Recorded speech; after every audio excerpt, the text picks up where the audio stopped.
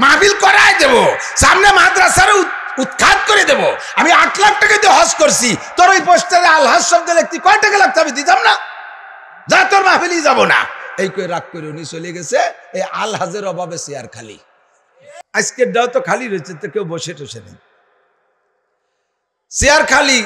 ওকে এই জায়গায় কেউ বসে না, বসেন একজন হুজুরের একজন বসেন, না না না না ওটা সভাপতি চেয়ার, তাই সভাপতি কেউ ডাক দেন, কয় না উনি একটু অভিমান করছে, রাগ করছে, আসবে না।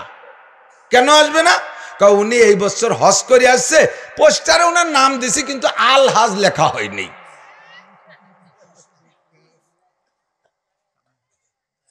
আল হাজ লেখা হয় নাই, আল হাজ লেখা হয় নাই বলে উনি পোস্টারে এমন তো দেখায় ছেড়ে দেবো, মাহফিল করাই দেবো, সামনে মাদ্রাসার উৎখাত করে দেবো।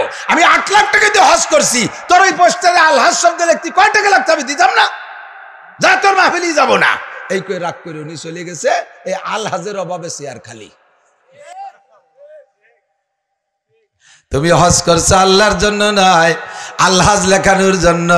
10 লাখ 20 লাখ টাকা 50 লাখ টাকা দিয়ে 1000-12 যদি হজ করো, তোমার হজের বিনিময় কিছুই পাবা না। এইটা আল্লাহর জন্য করে নাই, করেছো তুমি মানুষের কাছে প্রশংসা পাওয়ার লোভে। ওয়ালা ইউশরিক বিইবাদাতি রাব্বিহি আহাদা, কোন ইবাদতের মধ্যে আল্লাহর সাথে শিরিক করবি না। 50 লাখ টাকা দিয়ে মসজিদ করে দে, বাপের নামে নিজের নামে নেম প্লেট লাগাইতে চাও, এটাও শিরিক ফিল ইবাদত। আল্লাহর সাথে শিরিক, মসজিদ করবা আল্লাহর জন্য। আল্লাহ নবী বলেন মান বানা লিল্লাহি মসজিদা, যে ব্যক্তি আল্লাহরই জন্য। উলামায়ে কেরাম বলেন লিল্লাহ মানে কি? লিল্লাহ মানে আল্লাহর জন্য, লাম হরফে জাল্লিল্লাহ, লিল্লাহ মানে আল্লাহর জন্য, আল্লাহরই জন্য মসজিদ করে। বানাল্লাহু লাহু বাইতান ফিল জান্নাহ, আল্লাহ তাআলা তার জন্য জান্নাতের মধ্যে বড় একটা বালাখানা বানাইয়া দেয়। মসজিদ বানাইয়া যদি নিজের নাম লাগায় দাও নেম প্লেটে, এই মসজিদ আল্লাহর জন্য করো নাই, মসজিদ করছো তোমার জন্য। বন্ধুরে, যে কোনো ইবাদত করবা ওইটার পিছনে খেয়াল রাখতে হবে যেন ওই নিয়তের মধ্যে গড়বড় না লাইগা যায়। তবলিগে 3 চিল্লা দিয়েছে, বছরে নিসাবি চিল্লা দেয়, মাসে 3 দিন লাগায়, সপ্তাহে 1 রাত সব গুজারি করে, মার্কাজে মহল্লায় 5 কাম করে, সুন্দর সব তবলিগের কাম করে। চার দোকানে বসে বসে গল্প দেয়, মিয়া তবলিগ করো, আমি বেটা জীবনেও করে দিন নিসাবি চিল্লা মিস করি না, মাসে 3 দিন কামাই নাই আমার। কামাই দাও না, মিস করোটা তোমার লাভ। এই জায়গা বসে গল্প মারোকে আমির সব সাজার জন্য, তাই না? আমির কলানোর জন্যে। তোর তবলিগে 1 পয়সারও নেকি পাবি না। আরে অত নেকি লাগবে না, বহুত নেকি কামাই করছি, এই বলার সাথে সাথে আপনি কাফের হয়ে যাবেন। আপনার বাড়ি সব কিছু আছে, নাই শুধু পর্দা। যদি বলা হয় পর্দার কথা, তাহলে যদি আপনি জবাব দেন এই জামানায় কি পর্দা চলে, এ বলার সাথে সাথে আপনি কাফের হয়ে যাবেন। কেন কেন এদিক থেকে? এই যে পোলাপান, এই যে খেলনার এখানে বেলুন আসছে না, দেখছে না বেলুন? উদাহরণ বুঝতে সহজ হবে। বেলুন, একটা বেলুন হাওয়া দেওয়ার আগে তো চিপা থাকে, শুকনা থাকে, হাওয়া দিলে ফলে না। প্রত্যেকটা বেলুনের যার যার আলাদা আলাদা ধারণ ক্ষমতা আছে। একটা বেলুনের পূর্ণ ফুলইতে জন্য যতটুক হাওয়া লাগবে সবটুক হাওয়া তারে দিতে হবে। যদি কম থাকে তাহলে মুখের কাছে চিকন থেকে যায়। পুরোটারে ফুলইতে হলে পুরো হাওয়া দিতে হবে। এবার যতটুক হাওয়া তার ধারণ শক্তিতে আছে অতটুক দেন, যদি তার চেয়ে একটু বেশি হয়ে যায় বাস্ট হয়ে যাবে। কম থাকলেই পুরো ফুললো না, কম থাকলো দেখা গেল। এবার যতটুক হাওয়া দরকার ততটুক হাওয়া দিয়ে বেলুনটারে ফুলাইয়া সুন্দর করে মুখ বেঁধে দিয়েছেন সুতো দিয়া, দেখতে বড় সুন্দর লাগতেছে। এই বেলুনটার ভিতরে যতটুক হাওয়া দরকার সব আছে দিছেন, এই হাওয়াটুক সম্পূর্ণ ধরে রাখার জন্য খেয়াল করতে হবে, খুব খেয়াল করতে হবে। এই হাওয়াটুক পুরো ধরে রাখার জন্য বেলুনটার পুরো বডি ভালো থাকতে হবে না? কথা কয় না? পুরো বেডিং ভালো থাকতে হবে না? পুরো বডি ভালো থাকতে হবে। তো পুরো বডি ভালো আছে বিদায় বেলুনের হাওয়া সম্পূর্ণ আছে, বেলুনটার ফোলা ঠিক আছে, তাই তো নাকি বলেন? এবার এই বেলুনের সম্পূর্ণ হাওয়া বেরোনোর জন্য পুরো বডি ছিঁড়া লাগবে না? কাটা দিয়ে এক জায়গা ছোট্ট করে একটু ছিদ্র করে দিলে বেলুনের হাওয়া থাকবে। এখন পুরো বডিতে যদি বলে এই এক জায়গা যতটুক ছিদ্র হয়েছে অতটুক হাওয়া বেরোয় যাবে, বাকি হাওয়া থাকতে হবে, যত মিছিল দিক আর স্লোগান দিক আর যুক্তি দিক, তাতে কি হাওয়া থাকবে? তো এই বেলুনের সম্পূর্ণ হাওয়া ধরে রাখতে সম্পূর্ণ বডি ভালো থাকতে হবে, কিন্তু সম্পূর্ণ হাওয়া বেরোয় যাইতে সারা গা ছিদ্র হওয়া লাগবে না, ছিঁড়া লাগবে না, যে কোনো এক জায়গা ছিদ্র হলেই হাওয়া শেষ। আখলিস দীনকা ইয়াকফিকাল আমালুল কালিল, তোমার ইমানকে খাঁটি করো, ইমানকে পাহারাদারি করো, ইমানকে ফ্রেশ করো, ইমানকে দেখভাল করো, কোনো জায়গায় যেন ছোট্ট একটা ছিদ্র না হয়ে যায়। যদি কেন এই জামানায় পর্দা চলে নাকি, যদি বলেন এই জামানায় কি এত হালাল হারাম বাইসে খেয়ে চলা যায় নাকি, এ জামানায় বেরাকের থেকে টাকা না আনলে কি পুঁজিবাটি হয় নাকি, এত এই বয়সে ছেলে বয়সে দাড়ি রাখলে কেমন দেখা যায়, এ বলার সাথে সাথে আপনার সব কিছু থাকা সত্ত্বে আপনার ইমানের বেলুন হুটো হয়ে গেছে, ওই জায়গাতে সব বেরোয় গেছে। ইমানটাকে ফ্রেশ রাখেন, ইমানরে পরিচ্ছন্ন রাখেন। এতটুক ন্যূনতম ইমান যদি আপনার মধ্যেই থাকে, হাজার হাজার লক্ষ লক্ষ কোটি কোটি বৎসরও যদি জাহান্নামে পড়েন, অবশেষে আল্লাহ বাঁচালে একদিন আপনি জান্নাতে যাবেনই যাবেন। এইভাবে আল্লাহ তাআলা জান্নাতে দিতে দিতে সর্বশেষে মিশকাত শরীফের মধ্যে হাদিস আছে, উলামায়ে কেরাম জানে, সর্বশেষ যার পরে আর কেউ নাই, শেষ লোকটা জান্নাতি হওয়ার জন্য, সর্বশেষ লোকটা, এই লোকটা জান্নাত থেকে বের হওয়ার জন্য পদ্ধতি কি, জাহান্নাম থেকে বের হওয়ার জন্য পদ্ধতি, লোকটা আল্লাহ পাক তো এখন হিসেব নিকেশ করে ফেলাইছে, জোর তো এখন নায়ান বের করতে হবে, একটা কৌশল একটা বাহানা করে বের করে। লোকটারে জাহান্নামের একেবারে মুখে নিয়ে আসছে, উকি মেরে দেখতেছে যে জান্নাত দেখা যায়, তখন ওখান থেকে বলবে, আল্লাহ এতদিন তো জাহান্নামে পড়লাম, কবে বের করবে তাও জানি না, আমি জান্নাতে যাইতে চাচ্ছি না, আমার তো জান্নাতে যার কিছুই নাই, আমি জানি, আমারে শুধু জাহান্নাম থেকে বের করে জাহান্নামের এই পাড়ে এই জায়গায় একটু জায়গা দেওয়া যায়। আল্লাহ বলবেন ফেরেশতাদেরকে, ফেরেশতাদেরকে বলে, এই তুই বল, তোরে জাহান্নাম থেকে বের করে পাড়ে রাখা হবে, আর কিছু চাবি নাকি কোনোদিন? ওই জীবনও না, খালি বেরোইয়া পাশে বসতে পারলি আমার হলো। আল্লাহ বলবেন ফেরেশতাদেরকে, ওরে জাহান্নাম থেকে বের করে পাড়ে উঠে বসাই দাও। পাড়ে উঠে বসার পরে কিছুদিন যাওয়ার পরে উকি মেরে দেখে যে সাইডে জান্নাত দেখা যাচ্ছে, তো বলবে, আল্লাহ বলতে লজ্জাও লাগে, না বললেও পারি না, আর কথাও ছিল আর কিছু বলবো না, কিন্তু সহ্য তো হচ্ছে না, আল্লাহ আমার এই জান্নাতে দেয়া লাগবে না, শুধু জান্নাতের ওই গেটের বাইরে ওই জায়গাটা একটু রাখবা। আল্লাহ আল্লাহ কয়, তুই দি কলি যে আর কোনোদিন কিছু কব না। আল্লাহ ভাবছিলাম তো কব না, বলবো না, কিন্তু না বলে তো পারতেছি না, আমার একটু ওই গেটে একটু রাখবা। আল্লাহ কয়, ফেরেশতারা দে ওর গেটে ওই জায়গা দে, তবে আর কোনোদিন কিছু করতে পারবি না। না, আল্লাহর কোনোদিন কিছু চাবো না। ওই জায়গা কিছুদিন থাকার পরে এরপরে বলবে, আল্লাহ থাকলাম তো বাইরেই কতদিন, একটু জান্নাতের গেটের মধ্যে, গেট পার হয়ে গ্রিলের ওই পাশে বসে থাকবো, ওদিক ভিতরে আমি ঢুকবো না কোনোদিন। আল্লাহ কয়, তাহলে আর কোনোদিন কিছু চাইবি নাকি? কয়, না আল্লাহ কোনোদিন কিছু চাইবো না। আল্লাহ কয়, ফেরেশতারা ওরে একটু গেটের ভিতরে ঢুকাই দেয়। গেটের ভিতরে যখন ঢুকছে, এখন কয়, আল্লাহ এইটা কি জান্নাত নাকি? বলে, হ্যাঁ এইটা জান্নাত। তো তুমি জন্য জান্নাতে আনছোই, আর তোমার সিদ্ধান্ত হলে একবার যারে জান্নাতে দাও তারে কোনোদিন জাহান্নামে ফিরেই দাও না।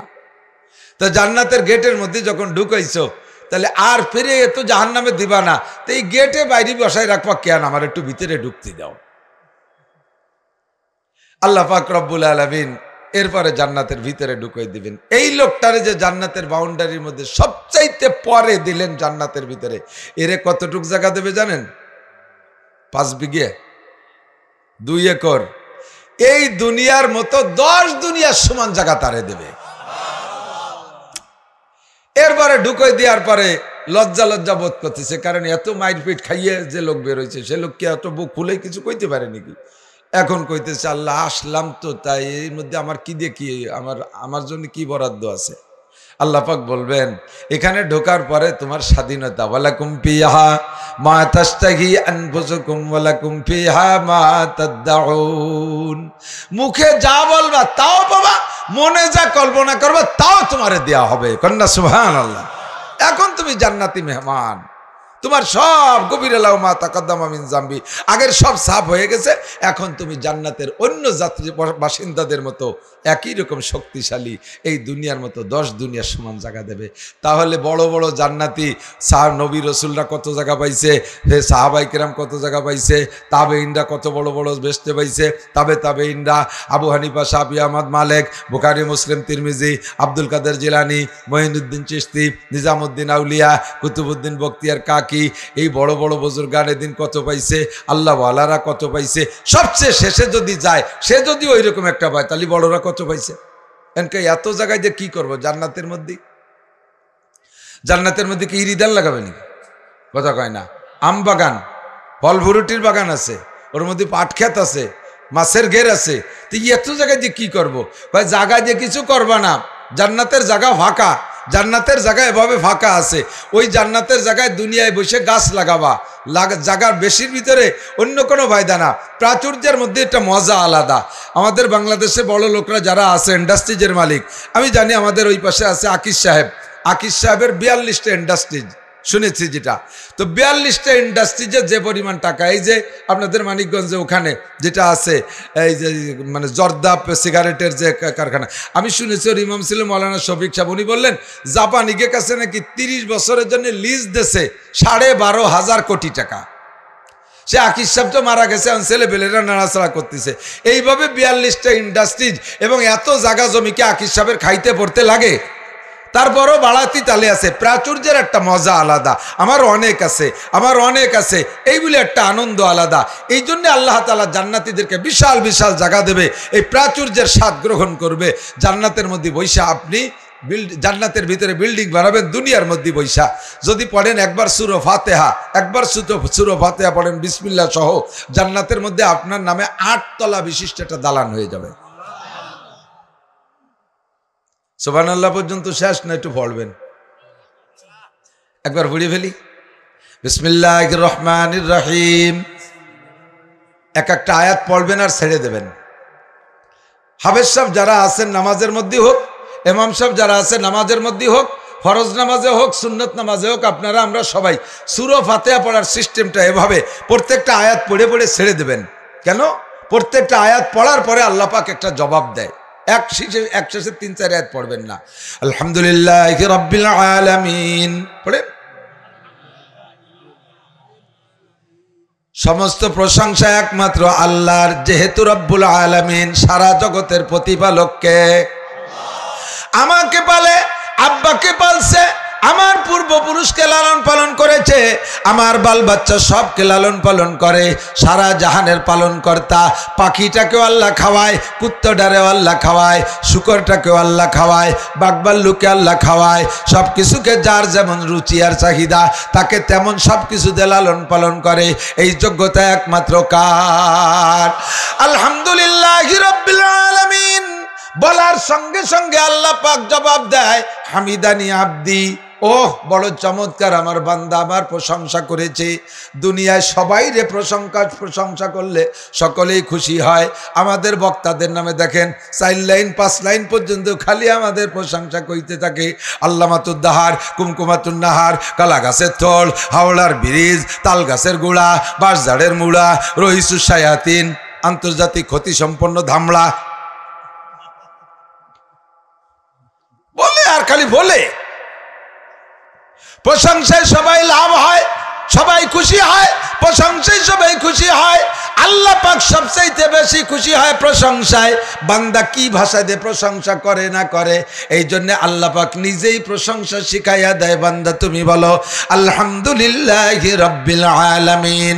এ কথা বললে আল্লাহ বড় খুশি হইয়া সঙ্গে সঙ্গে জবাব দেয়, হামিদানি আব্দি, আমার বান্দা আমার প্রশংসা করেছে। 2 নম্বর আয়াত বলবেন আর রহমানির রহিম, দয়াবান মেহেরবান কে? আমার আল্লাহ দয়াবান মেহেরবান, পরম দয়ালু দাতা। বলার সঙ্গে সঙ্গে আল্লাহ খুশি, আবার কয় আতনা আলাইয়া আব্দি, ও চমৎকার, আমার বান্দা আমার উপযুক্ত প্রশংসা করেছে। আবার আল্লাহ কথা বলে জবাব দেয়, বলবেন মালিক ইয়াউমিদ্দিন, বিচার দিনের মালিক আমার আল্লাহ। এ মুসলমান জবাব দেন, বিচার দিনের মালিক কি? আমেরিকার প্রেসিডেন্ট, জাপানের প্রেসিডেন্ট, রাশিয়ার প্রেসিডেন্ট, আমাদের বাংলাদেশ হাইকোর্টের প্রধান বিচারপতি কি কিয়ামতে বিচারপতি হবে? বিচারপতি কে? সব বিচারপতি সেদিন আসামি হয়ে আল্লাহর কাঠগড়ায় দাঁড়াবে। আল্লাহ পাক মালিক ইয়াউমিদ্দিন, বিচার দিনের মালিক আমার আল্লাহ। এই কথা বলার সাথে সাথে আল্লাহ বড় খুশি হয়ে জবাব দেয়, সাদাকা আব্দি, ও বান্দা তুই সত্য কথা বলেছিস, সত্যই বিচার দিনের মালিক আমি আল্লাহ।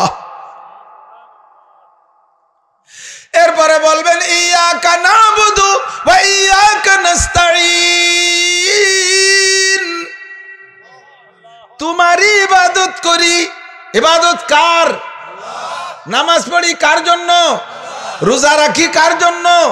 হজ করি আল্লাহর জন্য, যাকাত দেই আল্লাহর জন্য, তিলাওয়াত করি আল্লাহর জন্য, মসজিদ করি আল্লাহর জন্য, মাদ্রাসা করি আল্লাহর জন্য, ফরজ আদায় করি আল্লাহর, ওয়াজিব করি আল্লাহর জন্য, সুন্নত করি আল্লাহর জন্য, তাহাজ্জুদ রাকাত বিনচাস পড়ি আল্লাহর জন্য, তাবলীগি যাই আল্লাহর জন্য, পীরের দরবারে যাই আল্লাহর জন্য, মাহফিল শুনতে আসি আল্লাহর জন্য, দাড়ি রাখি আল্লাহর জন্য, টুপি পরছি আল্লাহর জন্য, পাগড়ি পরি আল্লাহর জন্য, জুব্ব পরি আল্লাহর জন্য, দুনিয়ার কোনো মানুষের জন্য নয়। দান করি আল্লাহর জন্য, খয়রাত করি আল্লাহর জন্য, কুরবানি করি আল্লাহর জন্য। কতক্ষণ? কোন একটা মানুষের প্রশংসার জন্য যদি করেন তাহলে এক পয়সার নেকি পাবেন না। আল্লাহ কয় ওয়ালা ইউশরিক বিইবাদাতি রাব্বিহি আহাদা, হে বান্দা ইবাদতের মধ্যে আমি আল্লাহর সাথে কেউরে শরীক করবি না, ইবাদতটা করবি নিছক আমারই জন্য। এর মধ্যে কেউরে শরীক করলে আমি বড় কষ্ট পাই। ওয়া ইউশরিক বিল্লাহি ফাকাত হাবিতাত আমালুহু, যে ব্যক্তি ইবাদতের মধ্যে আল্লাহর সাথে কেউরে শরীক করে ওর সব আমল বরবাদ হইয়া যায়। একটু বুঝাই দিতে হবে, আপনাদের লক্ষ্য করতে হবে। বন্ধুরে, সারা জীবন নামাজ পড়ে শূন্য হাতে উঠবেন, 10 বার হজ করে খালি হাতে উঠবেন, কোটি কোটি টাকা যাকাত দিয়ে জিরো হাতে উঠবেন, আল্লাহু আকবার, 20 লাখ টাকা দিয়ে গরু কুরবানি দিয়ে গরুর একটা লোমও আপনি পাবেন না। তাহলে কি কারণে পাবেন না? এই ইবাদতের মধ্যে শিরিক থাকার কারণে পাবেন না। আজকের দাও তো খালি রয়েছে, তো কেউ বসে টসে নেই, চেয়ার খালি। ওকে, এই জায়গায় কেউ বসে না, বসেন একজন, হুজুর একজন বসেন। না না না না, ওটা সভাপতি চেয়ার। তাই সভাপতি কেউ ডাক দেন, কয় না উনি একটু অভিমান করছে, রাগ করছে, আসবে না। কেন আসবে না? কয় উনি এই বছর হজ করে আসছে, পোস্টারে ওনার নাম দিছি কিন্তু আল হাজ লেখা হয়নি।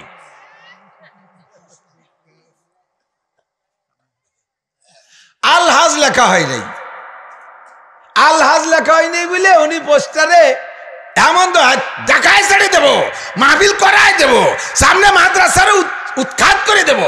আমি 8 লাখ টাকা দিয়ে হজ করছি, তোর ওই পোস্টারে আল হাজ শব্দ লিখতে কয় টাকা লাগতো? আমি দিতাম না, যা তোর মাহফিলই যাবো না। এই করে রাগ করে উনি চলে গেছে। এই আল হাজের অভাবে চেয়ার খালি। তুমি হজ করছো আল্লাহর জন্য নয়, আল্লাহজ লেখানোর জন্য। 10 লাখ 20 লাখ টাকা 50 লাখ টাকা দিয়ে 1012 যদি হজ করো, তোমার হজের বিনিময় কিছুই পাবা না। এইটা আল্লাহর জন্য করে নাই, করেছো তুমি মানুষের কাছে প্রশংসা পাওয়ার লোভে। ওয়ালা ইউশরিক বিইবাদাতি রাব্বিহি আহাদা, কোন ইবাদতের মধ্যে আল্লাহর সাথে শিরিক করবি না। 50 লাখ টাকা দিয়ে মসজিদ করে দে, বাপের নামে নিজের নামে নেম প্লেট লাগাইতে চাও, এটাও শিরিক ফিল ইবাদত। আল্লাহর সাথে শিরিক, মসজিদ করবা আল্লাহর জন্য। আল্লাহ নবী বলেন মান বানা লিল্লাহি মসজিদা, যে ব্যক্তি আল্লাহরই জন্য। উলামায়ে কেরাম বলেন লিল্লাহ মানে কি? লিল্লাহ মানে আল্লাহর জন্য, লাম হরফে জাল লিল্লাহ, লিল্লাহ মানে আল্লাহর জন্য।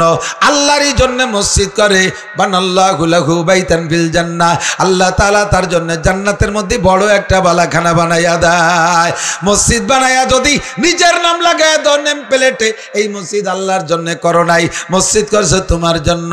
বন্ধুরে, যে কোনো ইবাদত করবা ওইটার পিছনে খেয়াল রাখতে হবে যেন ওই নিয়তের মধ্যে গড়বড় না লাইগা যায়। তাবলীগে 3 চিল্লা দিয়েছে, বছরে নিসাবি চিল্লা দেয়, মাসে 3 দিন লাগায়, সপ্তাহে 1 রাত সব গুজারি করে মার্কাজে, মহল্লায় 5 কাম করে, সুন্দর সব তাবলীগের কাম করে, চার দোকানে বসে বসে গল্প দেয়। মিয়া তাবলীগ করো, আমি বেটা জীবনেও করে দিন নিসাবি চিল্লা মিস করি না, মাসে 3 দিন কামাই নাই আমার।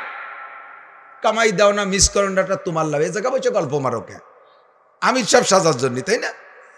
আমির কলানোর জন্যে। তোর তাবলীগে 1 পয়সারও নেকি পাবি না। গল্প মারে, প্রত্যেক রাত্রে ঢাকার গাড়ি এখান দিয়ে যায় যে এটা আমি জানি কখন যায় কয় যে ওই সময় আমি তাহাজ্জুদ পড়ি ওই ঢাকার গাড়ির খবর করতে যায় তাহাজ্জুদের খবর কয় গাড়িতে উঠে দিয়েছে তাহাজ্জুদ ঢাকা নিয়ে নামাই দিয়েছে তোমার আমল নামায় কিছু নেই তাহাজ্জুদ গাড়িতে উঠে ঢাকা চলে গেছে ওয়ালা ইউশরিক বিইবাদাতি রাব্বিহি আহাদা আছে না এগুলো আছে না কথা কন না কেন আপনি তো দাড়ি রাখছেন না এখন দাড়ি রাখলেন যে বুড়ো বয়সে দাড়ি না রাখলে মানসি কি কয় বুড়ো বয়সে দাড়ি না রাখলে মানুষে কি কয় এই বয়সে দাড়ি রাখছে আল্লাহ কি কয় সে বয়তে না এই দাড়ি রাখা হয়ে গেছে দাড়ি ইবাদত কিন্তু ইবাদত হইছে তোমার শিরক ইবাদত এর ভিতরে আল্লাহর জন্য নয় মানুষের প্রশংসা পরক পাওয়ার জন্য আপনি তো নামাজ পড়তেন না এখন যে নিয়মিত মসজিদে নামাজ পড়েন কয় যে বাড়ি ছেলে মেয়ে জ্বালায় দাঁড়ানোর কায়দা নাই ছেলে মেয়ের ধাক্কায় বাড়ি টিকতে পারি না তাই মসজিদে এসে আসলে উনি নামাজ পড়তে আসার ইচ্ছা ছিল না এই নামাজ পড়ছো ছেলে মেয়ের জন্য এইটা তোমার নামাজ হয় নাই ওয়ালা ইউশরিক বিইবাদাতি রাব্বিহি আহাদা নামাজ পড়ি কার জন্য বলেন না কার জন্য রোজা কার জন্য যতবার আল্লাহ বলবেন 4000 করে নাকি পাইবেন কন্যা সুবহানাল্লাহ আল্লাহু আকবার এই আল্লাহ নামের মধ্যে যে মজা বলার অভ্যাস করলে তারপরেই বুঝবেন মজা কারে কয় আল্লাহ আল্লাহ মে क्या मजा है जाकिरू से पूछियो शाखे गुल में क्या मजा है बुलबुलू से पूछियो ফুলের মধ্যে কি মজা বুলবুল পাখিরে জিজ্ঞেস করো জিকিরের মধ্যে কি মজা জাকিরের কাছে জিজ্ঞেস করো আল্লাহ আল্লাহ বলার অভ্যাস করে ফেলেন নামাজ পড়ি আল্লাহর জন্য রোজা রাখবো আল্লাহর জন্য টুপি দাড়ি আল্লাহর জন্য জিকির ফিকির আল্লাহর জন্য দান খয়রাত আল্লাহর জন্য মসজিদ মাদ্রাসা আল্লাহর জন্য এই কথাই আমি বলছি সূরা ফাতিহার মধ্যে ইয়্যাকা না'বুদু বলেন ইয়্যাকা না'বুদু ইবাদত তোমারই করি ওয়া ইয়্যাকা নাস্তাঈন আর সাহায্য তোমারই কাছে চাই সাহায্য চাইবো কার কাছে শেখ হাসিনার কাছে খালেদা জিয়ার কাছে আমেরিকার কাছে গোটা দুনিয়ার মুসলমান এখন মুশরিক হইয়া গেছে বিশেষ করে মধ্যপ্রাচ্যের যে সমস্ত যে সব ধামড়ারা আছে বড় বড় রাষ্ট্রের দায় দখল কইরা সে জায়গা রাজা বাচ্চা হইয়া আছে সৌদির বাচ্চার মুশরিক হইয়া গেছে আরে মধ্যপ্রাচ্যের বাচ্চারা সব মুশরিক হয়ে গেছে এরা সব আমেরিকার জো বাইডেনের পাচাটা আল্লাহ নবী বলেন ইউশিকুল উমামু আন তাদা আলাইকুম কামা তাদাল আকিলাতু আলা কাসাতিহা হে মুসলমানরা জেনে নাও বেশি দেরি নাই অল্প দিন পরে ইউশিকুল উমামু আন তাদা আলাইকুম কামা তাদাল আকিলাতু আলা কাসাতিহা খাবার হয়ে গেলে খাবার রান্না হয়ে গেলে প্লেটে দস্তরখানে দিয়ে বাড়িওয়ালা যেমন খানেওয়ালাদেরকে ডাক দেয় এ চলে আসেন খানা হয়ে গেছে চলে আসেন খানা হয়ে গেছে এমন করে ডাইকে যখন সবাইকে খানা সবাইকে ডাইকে যেমন খানাকে ঘেরাও করে খানা খাওয়া শুরু করে আল্লাহ নবী বলেন বেশি দেরি নাই সারা দুনিয়ার কাফেররা ঐক্য হয়ে ডাক দেবে মুসলমানদেরকে অ্যারেস্ট করার জন্য অ্যাটাক করার জন্য এ মুসলমান পাইছি চলে আয় মুসলমান পাইছি চলে আয় ইস্যু পাইছি চলে আয় মুসলমান মারি এমন করে সারা দুনিয়ার কাফেরদেরকে ডাক দেবে ইউশিকুল উমামু আন তাদা আলাইকুম কামা তাদাল আকিলাতু আলা কাসাতিহা কিলা ইয়া রাসূলুল্লাহ আলিকাল্লাতি নাহনু ইয়াউমাইজিন সাহাবায়ে কিরাম বলেন ওগো নবী তখন কি আমরা মুসলমানরা জনসংখ্যায় কম হব কাফেররা বেশি হবে এর জন্য তারা আমাদের ডাইকা ঘিরে অ্যাটাক করে ফেলবে এরকম কোনো সমস্যা নাকি হুজুর বলেল্লাহ বালান্তুম কাসির জনসংখ্যায় তোমরা অনেক বেশি হবা সংখ্যায় তোমরা অনেক বেশি হবা তোমাদের যুদ্ধ জয়ের পার্সেন্ট হলো শতকরা 10% তোমাদের যুদ্ধে জয়ের পার্সেন্ট হলো শতকরা 10% 90 জন কাফের আর 10 জন মুসলমান জোরে বলেন কয়জন কাফের 90 জন কাফের আর 10 জন মুসলমান ইয়াকুম মিনকুম 20 সাবিরুনা আগলিবু মিয়াতাইন 20 জন মুসলমান ঈমানি বলে বলিয়ান হয়ে দাঁড়িয়ে থাকতে পারলে 200 জন কাফেররে পরাজিত করাই দিতে পারবে আল্লাহ কোন অস্ত্রের কথা বলে নাই কার হাতে কি অস্ত্র থাকবে এটা আল্লাহ বলে নাই আল্লাহ বলছে মুমিনের কাছে ঈমানের অস্ত্র থাকতে হবে 10% মুসলমান 90% কাফের তাও মুসলমানের জয়ের পার্সেন্ট বর্তমান বিশ্বে মুসলমান 25% 25% 75% কাফের, তাও কাফেররা তো সব এক দল না, বিভিন্ন দলে ভুক্ত। ইহুদি আছে, নাসারা আছে, হিন্দু আছে, বৌদ্ধ আছে, এইভাবে তারা বিভিন্ন দলে দলভুক্ত। তবে সব মিলে 800 কোটি মানুষের মধ্যে 200 কোটি মুসলমান, অর্থাৎ আমরা আছি 25%। 10% হইলেই আমরা জিততে পারবো, কিন্তু এখন আছি আমরা 25%। চতুর্দিক দিয়ে কাফেররা আমাদেরকে অ্যাটাক করে ফেলাইছে। ও পাশে আমেরিকাওয়ালা ডাক দেছে, এ পাশে জাপানওয়ালা সাড়া দেছে। একেবারে গ্রেট, সবচাইতে শ্রেষ্ঠ শক্তিশালী 7টা দেশ ইতিমধ্যে ঐক্য হয়ে গেছে। ইসরায়েলকে বাঁচাইতে হবে, ফিলিস্তিনকে শেষ করতে হবে, মুসলমানকে শেষ করতে হবে। এই কাজ ইসরায়েলের পাশ দিয়ে মুসলিম কান্ট্রিগুলো আপনারা জানেন সব মুসলমান কান্ট্রি। এরা যদি ঐক্য হইয়া মাত্র একটা ঘন্টা অভিযান চালায়, ইসরায়েলের কোনো নাম পাত্তা থাকবে না, ও জায়গায় একটা ইহুদি থাকবে না। সবগুলোকে ভূমধ্য সাগরের ভিতরে ডুবাইয়া মাছ আর হাঙ্গরের খাবার বানায় ভাসায় দেওয়া যাবে।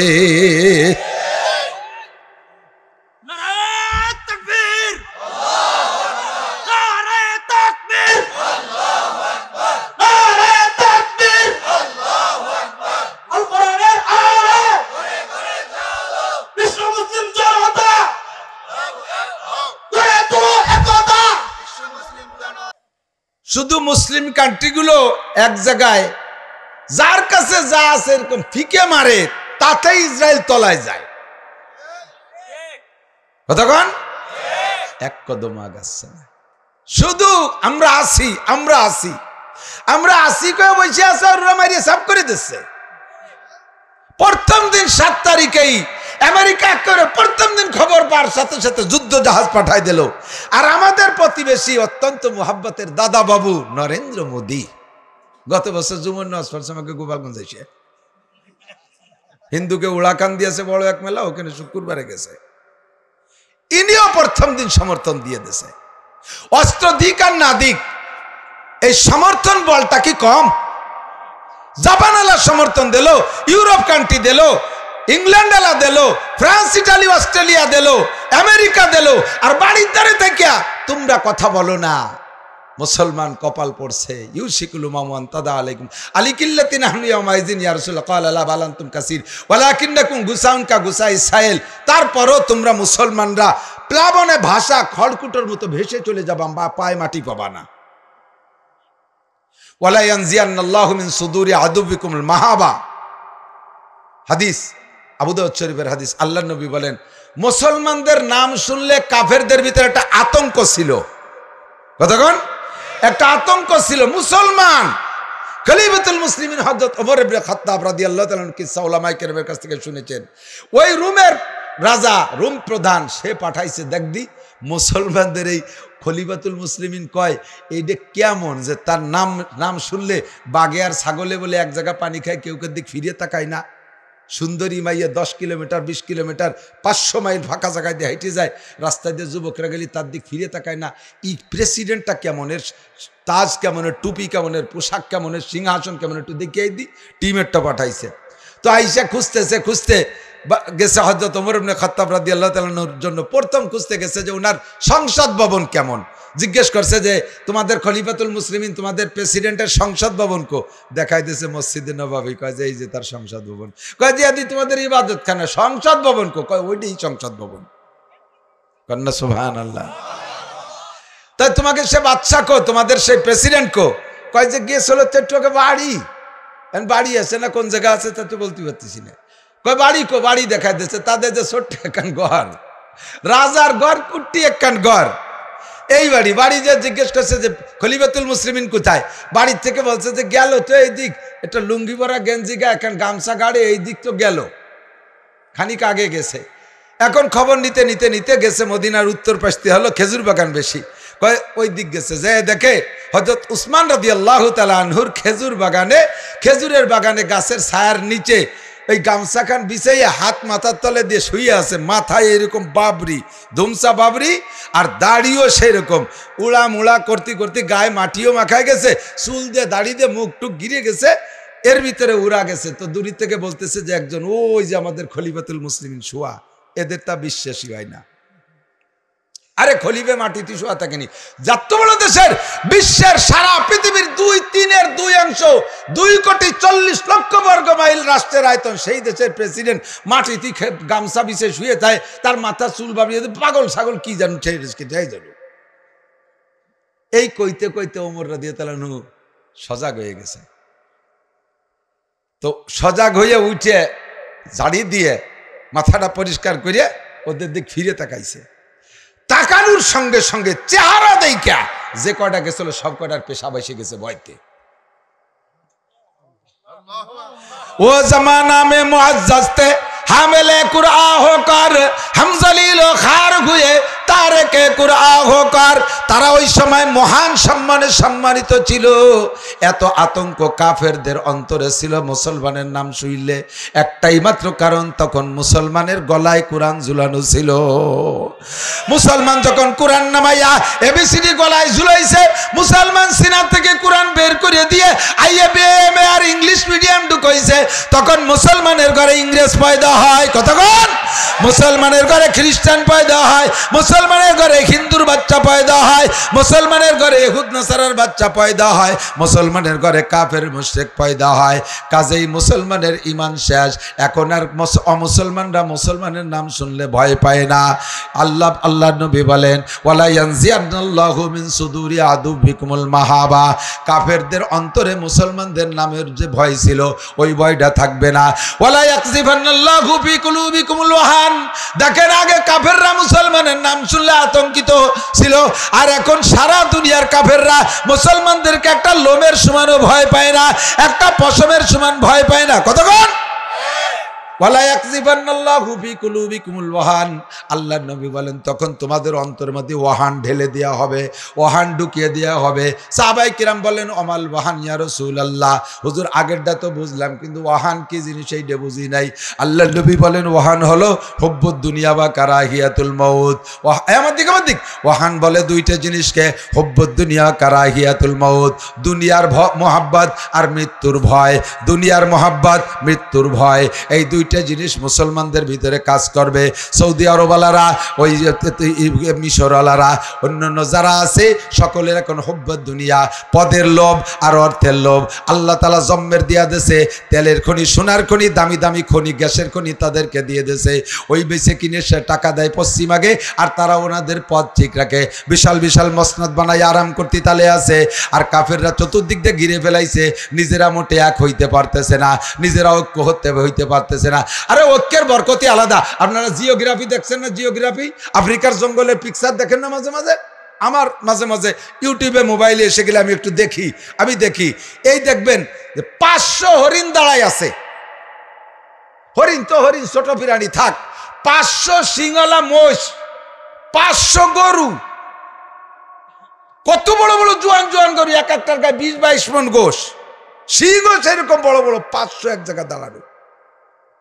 একটা সিংহ আইসা তার ভিতরে গ্যাঞ্জাম বাদাই দিয়ে, ওদের ভিতরে ঐক্য নাই, ওদের ভিতরে একটা গর্জন দিছে, সব বিচ্ছিন্ন হয়ে চেল্লা বেল্লা সরে চলে গেছে। সিংহ একটা মহিষে ধরে নিয়ে চলে যায়। একটুক একটুক হায়না, ছোট্ট শিয়ালের মতো। এরকম জঙ্গলের কুত্তা 40-50টা হায়না আইসা জট করিয়া এই বড় বড় মোষ, বড় বড় গরু, এগুলোকে শোয়াই ফেলতেছে, সবগুলোকে বিচ্ছিন্ন করে দিয়ে এর মধ্যে একটারে ধরি ওই ছোট ছোট শিয়ালে ভাগ করে খেয়ে ফেলাই দেয়। সারা দুনিয়ার মুসলমান সব সেই আফ্রিকার জঙ্গলের গরুর মতো হয়ে গেছো, আফ্রিকার জঙ্গলের মসির মতো হয়ে গেছো। ওরা হায়নারা আইসা, পশ্চিমে হায়নারা আইসা ঠিক করছে, আর মুসলমান সব বিচ্ছিন্ন হয়ে গেছে। আর ফাঁকে গাজার মুসলমান আর ফিলিস্তিনের শিশু বাচ্চাদেরকে তারা ধ্বংস করে দিয়ে যাচ্ছে। তোমরা খালি দাঁড়ায় দাঁড়ায় দেখবা, তোমরা খালি দাঁড়ায় দাঁড়ায় দেখবা আর কানবা। সাহায্য চাইবো কার কাছে? ইয়াকা নাবুদু ওয়া ইয়াকা নাস্তাঈন। এক একটা করে আয়াত পড়বেন। তোমারই কাছে সাহায্য চাই, তোমারই কাছে, তোমারই ইবাদত করি। ইবাদত আল্লাহর, সাহায্য কার? আল্লাহর কাছে। তো কি কি আমার লাগবে তো আমি জানি না, আমার চাইতে আমার আল্লাহ ভালো জানে না। কথা বলেন না কেন?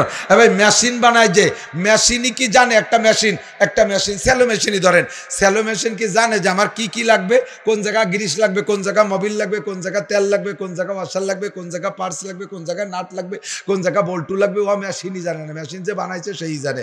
আমি মেশিন আমার কি কি লাগবে এটা আমি জানি না, আমার আল্লাহই ভালো জানে। আমার ধান লাগবে, চাউল লাগবে, মাছ লাগবে, গোশত লাগবে, পিঠে লাগবে, কাপড় লাগবে, দালান লাগবে, কুঠা লাগবে, গাড়ি লাগবে, বাড়ি লাগবে, বউ লাগবে, ছেলে মেয়ে লাগবে, আরামায়েশে সব কিছু লাগবে। এটা আমার কি লাগবে আমার আল্লাহই ভালো জানে। রোদ লাগবে, বৃষ্টি লাগবে, পানি লাগবে, বাতাস লাগবে, অক্সিজেন লাগবে, সূর্য লাগবে, চন্দ্র লাগবে, তারা লাগবে, গ্রহ লাগবে, যা কিছু লাগবে সব আমার আল্লাহ জানে। আমি এক কথায় সংক্ষেপে চেয়ে দিছি, ইয়াকা নাস্তাইন, আল্লাহ তোমারই কাছে সাহায্য চাই। রাজা বাচ্চার কাছে সাহায্য চাই না, ওরা তো আল্লাহর কাছে ঠেকা। শাহানে জাহা সব হে তেরে দর কে সুয়ালি, ও দিল নেহি জো দিল হো তেরে ইয়াদ সে খালি। কোন রাজা নাই, বাচ্চা নাই, নিজস্ব কোনো সম্পদ নাই, সব রাজা বাচ্চা একমাত্র আল্লাহর কাছে ঠেকা। আয়াত যখন পড়ে ছেড়ে দেবেন ইয়াকা নাবুদু ওয়া ইয়াকা নাস্তাইন, তখনই আল্লাহ পাক জবাব দেয় হাদা বাইনি ওয়া বাইনা আবদি, এটা আমার আর আমার বান্দার মাঝে ভাগ আছে, অর্ধেক আমার আর অর্ধেক আমার বান্দার। ইয়াকা নাবুদু এটা হলো আল্লাহর জন্য, ওয়া ইয়াকা নাস্তাইন এইটুকু হলো আমার জন্য, বান্দার জন্য। আল্লাহ পাক রব্বুল আলামিন বলেন এই আয়াতের মধ্যে দুইটা অংশ, দুইটা দিক। আমার বান্দা যেটুক চাইছে আমারটুক আমি পেয়ে গেছি, আমার বান্দারটুক আলি আব্দি মা সাআলা, আমার বান্দারটুক বান্দাকে দিয়ে দিলাম। আয়াত পড়ে ছেড়ে দিলে আল্লাহ পাক এই জবাব দেয়। এরপরে একবারে সাধারণভাবে চাইছে আল্লাহ আমার কি লাগবে তুমি দাও, তারপরে আল্লাহকে একটা মেনশন করে দিছে, আল্লাহ চাবো তো তুমি তো দিবা, সবই বুঝে দিবা, তবে আমার একটা খাস চাওয়া আছে, বলবো আল্লাহ? আল্লাহকে বলো কি চাও? কয় যে আল্লাহ বাংলাদেশে বসবাস করি, বাংলাদেশের বাপ ভালো না, দলে দলে দলে দলে শেষ হয়ে গেল, ইমান বাঁচানো বড় কঠিন। আমলিগ, বিএনপি, জামাত, জাতীয় পার্টি, আটরশি, চন্দ্রপাড়া, মানিকগঞ্জ, সুরেশ্বর, ভোজেশ্বর, ইনায়তপুর, বাহাদুরপুর, শরিয়তপুর, মাদারীপুর, দেওয়ানবাগি, কুতুববাগি, রাজারবাগি, মাইজ ভান্ডার, তবলিগ, চরমুনা, এতাহাতি, ওয়াজাহাতি, কাদিয়ানি, হেজবুত তৌহিদের পাঙ্কু সেলিম আইছে না, তার বগলের চাইতে দাড়ি ছোট, এ হইছে একটা ইসলামী দলের নেতা। আল্লাহ এর মধ্যে আমি কি করব বুঝতে পারতেছি না। মিলাদ, কিয়াম, আহলে হাদিস, এ কোন দলের কাছে যাবে আমি তো বুঝি না। যে হুজুরই আসে স্টেজে, সে হুজুর সুন্দর করে তারটা বুঝাই দিয়ে যায়, আমি তো পাবলিক, আমি বুঝে উঠতে পারতেছি না। কাজেই তোমার কাছে অনুরোধ, ইহদিনাস সিরাতাল মুস্তাকিম, এর মধ্যে আসল রাস্তা কোনটা ওইটা আমারে চিনাই দাও, সঠিক রাস্তা আমারে দেখাই দাও। আল্লাহ কাদিয়ানি যদি সঠিক আমারে চিনাই দাও, সেইটার অনুসারী বানাও। আল্লাহ তবলিগ যদি হক হয় তাহলে তবলিগের অনুসারী বানাও, চরমুনায় যদি হক হয় তার অনুসারী বানাও, আহলে হাদিস যদি হক হয় তার অনুসারী বানাও। আল্লাহর নবী সাল্লাল্লাহু আলাইহি সাল্লাম বলেন যত দল আসুক আর না আসুক তার ভিতরে একটা দল হক, বাকি সব দল বাতিল। জানতে চাইলাম ওগো নবী এত দলের মধ্যে কোন দলটা হক? হুজুর বলেন মান আলাইহি ওয়া আসহাবি, আমি আমার সাহাবায়ে কেরাম যেই নীতির পর আছি, এই নীতির পর যারা আছে তারাই হক, তারাই হক। এবার আমি একটু আপনাদেরকে বিশ্লেষণ করি। আপনারা বাংলাদেশে তো অনেক পীর, আমি একটু আগে বলতেছিলাম বাংলাদেশে অনেক পীর, সৌদি আরবে পীর নাই। এই বাংলাদেশে তো যারা সৌদি আরবে কয় বছর চাকরি করে আসে, আইসে বাংলাদেশের এই পীর পদ্ধতির পর অভিযোগ করে, যেমন আহলে হাদিস আলারা কয় যে বাংলাদেশে খালি পীর আর পীর, সৌদি আরবে পীর নাই। আমি কইল যে আরে পাগল, বাংলাদেশে তারপরও পীরির কম হয়ে গেছে, আরো পীরির দরকার। তুমি সৌদি আরব থাকছো, সৌদি আরবে ট্রাফিক সিগনালে কি পুলিশ আছে? যারা সৌদি গেছেন তারা কন একটা ট্রাফিক সিগনালে পুলিশ নাই। অটো কম্পিউটারে লাইট জ্বলে নেবে, লাল বাতি জ্বলে, সবুজ বাতি জ্বলে, লাল বাতি জ্বলার পরে রোডে সাদা দাগ দিয়ে আছে, প্রেসিডেন্টের গাড়িও ওই সাদা দাগের 1 ইঞ্চিও পাশে যাবে না, স্বরাষ্ট্রমন্ত্রীর গাড়িও যাবে না, পুলিশের আইজির গাড়িও সাদা দাগের পাশে যায় না, অথচ একটা পুলিশ নেই সে জায়গা। কতক্ষণ? আর বাংলাদেশে 7-8 জন পুলিশ বড় আহিয়ালা বাস নিয়ে দাঁড়াইয়ে বাড়োয়ে ঠেয়াতে পারে না, টিরাকে পুলিশ পারি দিয়ে চলে যায়। তো এ দেশে এত পুলিশের পরও সিগন্যাল মানে না, সেই দেশটা তুমি ওই দেশের সাথে তুলনা করতে চাও যে ও দেশে পীর নেই, এদেশে এত পীর কে? ও দেশে ট্রাফিকই পুলিশ লাগে না, তারপরও নিয়ম মেনে নেয়। আর এদেশে ট্রাফিক তারপরও ট্রাকওয়ালারা মানে না, বাসওয়ালারা মানে না। কাজেই এদেশের মানুষকে কন্ট্রোল করতে ট্রাফিক একটু বেশি লাগবে। এই জন্য পীর লাই। তবে এত পীরের মধ্যে সহি পীর আর বাতেল পীর খুঁজে বের করব কিভাবে? একটু তাকান, আমার নবীর চাইতে বড় পীর পৃথিবীতে আছে আর আসবে? আগে কোনোদিন ছিল? আদম থেকে নিয়ে ঈসা আলাইহিস সালাম পর্যন্ত 2.5-3 লক্ষ নবী রসুলরে যদি আল্লাহ তাআলা আবারও দুনিয়ায় পাঠায় দেয়, আমার নবী বলেন সমস্ত নবীরা আইসা আমার কলেমা পড়ে ফিরে নতুন মুসলমান হতে হবে, পড়তে হবে লা ইলাহা ইল্লাল্লাহ মুহাম্মাদুর রাসূলুল্লাহ। আর আমার ধর্মের প্রচার দিতে হবে। কোনো নবী যার যার ধর্মের প্রচার করতে পারবে না, বুখারী শরীফের হাদিস। তাহলে আমার নবী কত বড় নবী, আমার নবী কত বড় পীর। আমার নবীর চাইতে বড় পীর হয় সেই নবীর রওজা মদিনায় আছে না নাই? হাজী সাহেব যারা আছেন তারা সাক্ষী দেন, সৌদি যারা থাকিয়েছেন তারা সাক্ষী দেন। আমাদের বাংলাদেশের পীরের দরবারে যে সমস্ত জশ্নে জুলুস, গেট, জরি, লাল বাতি, এ বাতি, ও বাতি, সে বাতি, এরপরে পীর বাবা পেটটা বারোই দিয়ে বসে থাকে আর মহিলার এসে পার সেজদা দেয়, মদিনাইকে এই সমস্ত আকাম আছে নাকি? কথা কন। বরঞ্চ বাঙালি হাজিরা যায় রসুলের রওজায় মোনাজাত করতে, যখন রওজার দিক ফিরে দাঁড়ায় সৌদি আরবের পুলিশটা বাহু ধরে ঘুরাই দিয়ে কয় ইয়া হাজা শেরেক, হাজি সাহেব এজা করতেছে এটা শেরেক, ইস্তাকবিলিল কিবলা, কিবলার দিক ফেরো, ওয়াইজা সালতুম ফাসআলুল্লাহ, চাইতে হলে কিবলাওয়ালা আল্লাহর কাছে চাও, লিমা সালতু ইনদা মুহাম্মদ, মুহাম্মাদের কাছে চাও। কা হুয়া ইনসান ওয়া আনতা ইনসান লা শাইয়া ফি ইয়াদিহি, তুমিও মানুষ মুহাম্মাদও মানুষ, তার কাছে কি আছে? কিচ্ছু নাই, সব কিছু আছে। কুল্লু শাই ফি ইয়াদিল্লাহ, সব কিছু কার কাছে? জোরে বলেন কার কাছে? ছেলে চাবি আল্লাহর কাছে, মেয়ে চাবি আল্লাহর কাছে, গুনাহ মাফ চাবি আল্লাহর কাছে, ক্ষমা চাবি আল্লাহর কাছে, ধন সম্পদ চাবি আল্লাহর কাছে। মুহাম্মাদের কাছে চাইস কিয়া? তার কাছে যদি কিছুই থাকতোই তাহলে তার ঘরে 1 মাস পর্যন্ত চুলো জ্বলে না, তার বউ বাচ্চা কি না খেয়ে তাই? আর তার কাছে আইছি পয়সা করি সাথী। হ্যাঁ, বেয়াকুফির দল। মুহাম্মাদের যদি এত শক্তি থাকবে তাই তার দাঁত ভেঙে গেল কে উহুদের যুদ্ধে? তার যদি এতই ক্ষমতা থাকবে তাহলে তার মাথার মধ্যে হেলমেট ভেঙে ঢুকে গেল কে? হুয়া ইনসান। এসব ক্ষমতা কার? মুহাম্মাদুর রাসূলুল্লাহকে দিয়ে দোহাই দিয়ে চাইতে পারো, আল্লাহ তোমার রসুলের রওজায় এসেছি, তোমার রসুলের তুফাইলে আমার দোয়াটা কবুল করে। তুফাইল দিয়ে চাবি, নবীর কাছে চাবি না। নবীর কাছে চাইতে নিষেধ, রসুলের কাছে মুনাজাত করতে নিষেধ। আর আমার বাঙালি মুসলমান কত বড় আনাড়ি, পীর বাবার দরবারে যে পায় সিজদা দিয়ে সেই জায়গা যে বাবার কাছে ছেলে মেয়ে চায়। তোর বাবারই তো একটা ছেলে মেয়ে নাই, সে তোরে কোয়ান্তে দেবে? 4 বিয়ে হইতে পারলো না, একটা ছেলে মেয়ে বানাতি। খাজা বাবা না খুজা বাবা তারই তো ঠিক নাই। আর সেই খুজা বাবার কাছে যে ছেলে মেয়ে চাও, ওয়ালা ইউশরিক বিইবাদাতি রাব্বিহি আহাদা, ইন্নাল্লাহা লা ইয়াগফিরু আন ইউশরাকা বিহি ওয়া ইয়াগফিরু মা দুনা যালিকা লিমান ইয়াশা। আরে নামাজ কম পড়লে আল্লাহ মাফ করে দিতে পারে এক বাহানায়, রোজা রাখিস না এক বাহানায় মাফ করে দিতে পারে, হজ করিস না এক বাহানায় মাফ করে দিতে পারে, গুনাহ করছিস যে কোনো বাহানায় মাফ করে দিতে পারে। তবে শিরকি গুনাহ আল্লাহ কোনো বাহানায় মাফ করে না। শিরক থেকে ঈমানকে হেফাজত করো।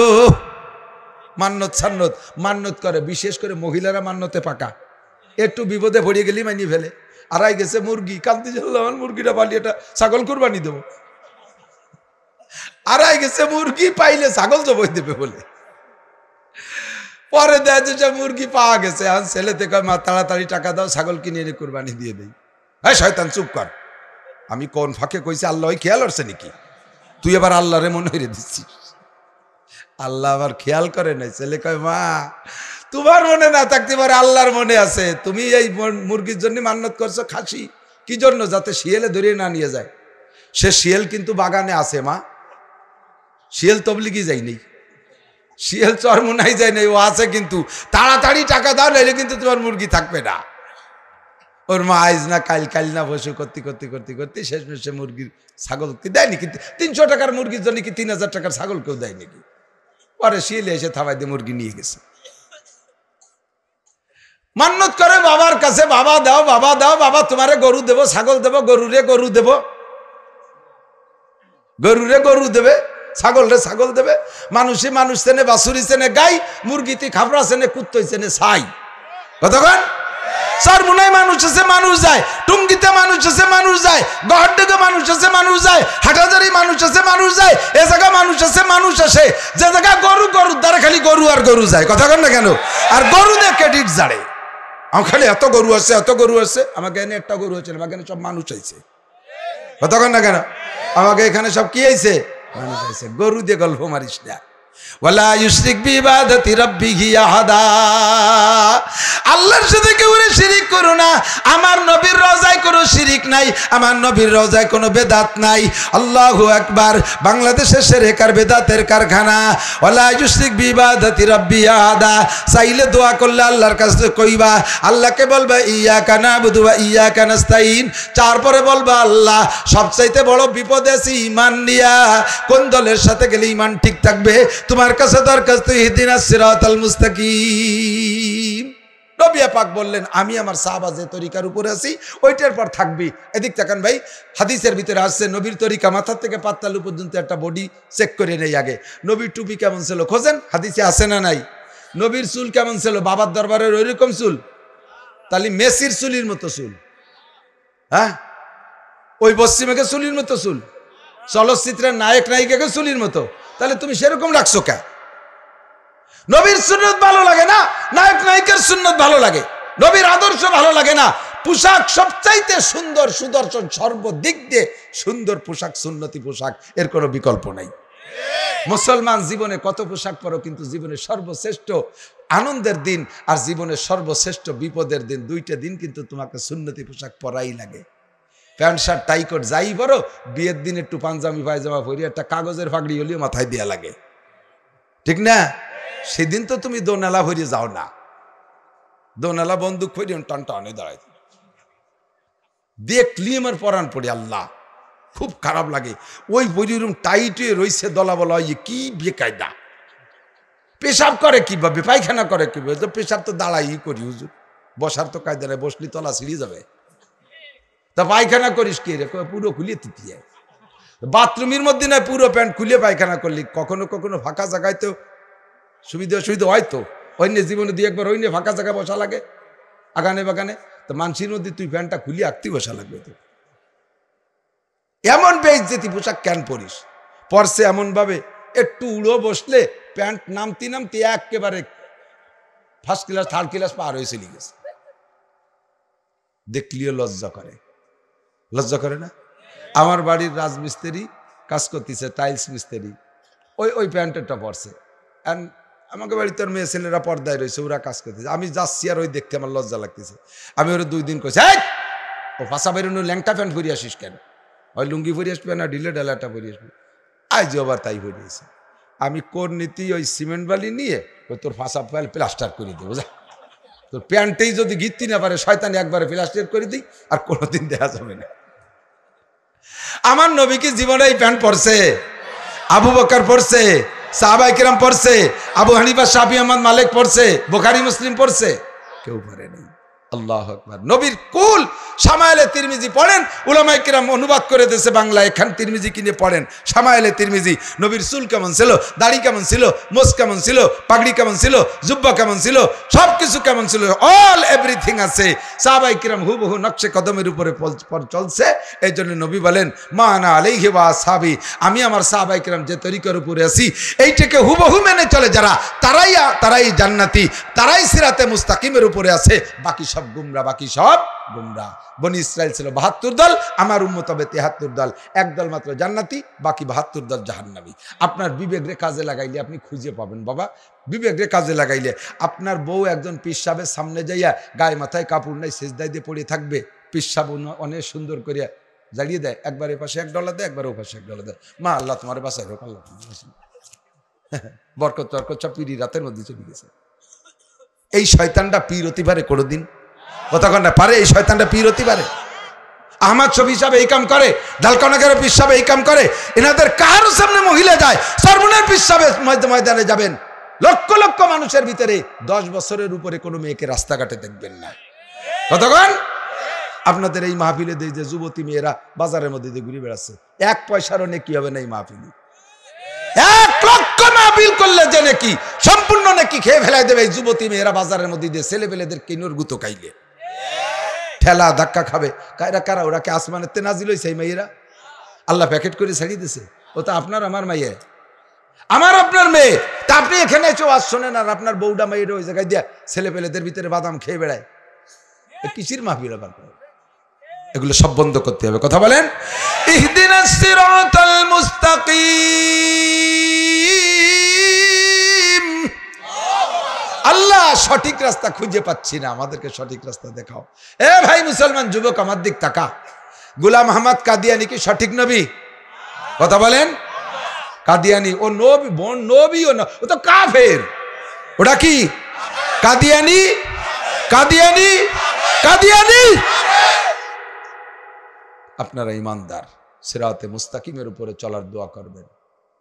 সাথে একটু বলে দিছি, আল্লাহ চাইলাম তোমার কাছে সিরাতে মুস্তাকিম তুমি দিবা, তবে আমার আরেকটা দাবি আছে, গায়রিল মাগদুবি আলাইহিম, না, এই সিরাতে মুস্তাকিমের উপরে যারা চলছে আমার কিন্তু কয়েক দলের নাম জানা আছে। বলবো আল্লাহ? আল্লাহ বলে বলো, সিরাতাল্লাযীনা আনআমতা আলাইহিম, যেই রাস্তায় চলার কারণে এক দলরে পুরস্কৃত করেছো, সাহাবায়ে কেরাম, নবী রাসূলরা, তাবেঈন, তাবেঈন, এদের রাস্তায় আমারে চালাবা, ওই বন্ডদের রাস্তায় চালাবা না। আরেকটা দাবি আল্লাহ, গায়রিল মাগদুবি আলাইহিম ওয়ালাদ-দাল্লিন, অভিশপ্ত যারা, মাগদুবি আলাইহিম মানে অভিশপ্ত, দাল্লিন মানে পথভ্রষ্ট। ভালো করে বুঝতে হবে, মাগদুবি আলাইহিম মানে অভিশপ্ত, দাল্লিন মানে পথভ্রষ্ট, এই দুই জাতির পথে আমারে চালাবা না।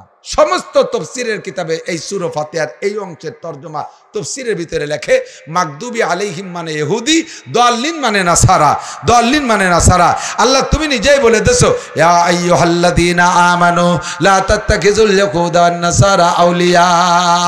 এ আমার ঢাকার যুবকরা, মানিকগঞ্জের যুবকরা, সিংড়ির যুবকরা মনে রাখবি, পর্দার আড়ালে মা বোনরা মনে রাখবি, আল্লাহ পাক বড় মহব্বতের সাথে ডাক দিয়ে বলে, হে আমার অন্ধ জগতের অটল বিশ্বাসী পাগলরা, দুনিয়ায় তাইকে আমি আল্লাহকে দেখিস নাই, জান্নাত দেখিস নাই, বিশ্বাস করেছিস, আমারে না দেখে বিশ্বাস করেছিস, জান্নাত না দেখে বিশ্বাস করে লোভ করিস, জাহান্নাম না দেখে বিশ্বাস করে ভয় পাইস, ফেরেশতাদেরকে না দেখে বিশ্বাস করিস, কবর আযাব না দেখে বিশ্বাস করিস, পুলসিরাত না দেখে বিশ্বাস করিস, জাহান্নামকে না দেখে বিশ্বাস করিস। হে আমার অন্ধ জগতের অটল বিশ্বাসী পাগলরা, একটা কথা মনে রাখ, জীবনে কোনোদিন ইহুদ নাসারাকে বন্ধু বানাবি না।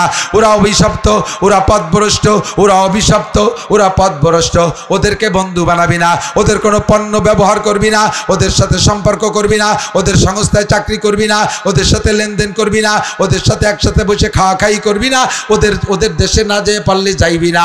এতদিন পর্যন্ত আমেরিকার পাগল ছিলে, তওবা করো, বাংলাদেশে থেকে না খেয়ে যদি মরি তবু বাংলাদেশে থাকবো, আমেরিকার ওই ইহুদি, ওই অভিশপ্তদের টাকা আমরা খাইতে যাব না, ওই নাসারার বংশের টাকা খাইতে যাব না। ইহুদিরা, ইসরায়েলেরা ইহুদি, আর আমেরিকা সহ পশ্চিমেরা হলো নাসারা। নাসারা মানে খ্রিস্টান, আর ইহুদি হলো আলাদা জাতি। এরা দাবি করে এরা মুসা আলাইহিস সালামের উম্মত। আসলে মুসা আলাইহিস সালামের উম্মতের নাম ইহুদি না, মুসা আলাইহিস সালামের উম্মতের নাম হলো বনি ইসরাইল। মুসা আলাইহিস সালামের উম্মত বনি ইসরাইল, আর ওরা ইহুদি, গোমরা, পথভ্রষ্ট, অভিশপ্ত। দেখেন, এই অভিশপ্ত গোষ্ঠী মুসা আলাইহিস সালামের জামানাত থেকে এরা বিটে ছাড়া, ওই সময় থেকে এরা বিটে ছাড়া, ফিরাউনের দাওয়ায় মিশর ছাড়িয়া নীলনদ পারেই পারাইছে। এই পারাইছে কতদিন রয়েছে? 40 বছর মুসা আলাইহিস সালামের সাথে থাকে, দিন রাত জান্নাতি খানা খায়, জান্নাতি ঘরের মধ্যে থাকে। আল্লাহ তাআলা মেঘ দিয়ে ঘর বানাই দিয়েছে। মুসা আলাইহিস সালামের পর হুকুম আসলো যে কওমে আমালাকার সাথে যুদ্ধ করতে যাও। মুসা আলাইহিস সালাম বনি ইসরাইলকে বললেন, এই কওমে আমালাকার সাথে যুদ্ধ করতে যেতে হবে। ওরা মুসা নবীর সাথী হইয়া যুদ্ধ করতে যাওয়ার ভয়তে রাতভর পালায়। রাতভর মুসা নবী যখন ঘুমাই যায়, ওরা সবাই মিলে কয় যে মুসা থাক, মুসার ভাই, দুই ভাই যুদ্ধ করে করুক গো, আমরা চলি যাই, জায়গা থাকবো না, থাকলে সে যুদ্ধ করা লাগবে না, মারামারি করা লাগবে না। এই ভয়তে রাতভর পালায়। ফজর পর্যন্ত আইটিয়া ঘুরিয়ে গাড়িয়ে দিয়েছে, যে জায়গাতে রওনা দিয়েছে সেই জায়গা। সারা রাত হাঁটছে, হাইটে মনে করছে যে যাক সরি চলে এসে মুসা দেখবে না।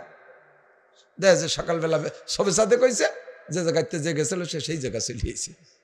40 বছর এইভাবে লুকোচুরি করছে এই 2 নম্বর পার্টি, ইসরায়েলি এই নেতানিয়াহুর গোষ্ঠী অভিশপ্ত। সেই থেকে আজ পর্যন্ত ইহুদিদের জন্য পৃথিবীতে কোন একটা রাষ্ট্র দলিলিক ভাবে ওদের নামে বরাদ্দ হয়নি। ওদের নিজস্ব কোনো দেশ নাই। এই যে ইসরায়েলি যে জায়গাটা, এটা ফিলিস্তিন মুসলমানদের জায়গা। হিটলার যখন 60 লক্ষ ইহুদিরে ধ্বংস করে, এই মুসলমানরা সে সময় হিটলারে ধিক্কার দিয়েছে, এইভাবে কি মানুষ মারা ঠিক নাকি, আর এইভাবে পাইকারি দরে মারে নাকি?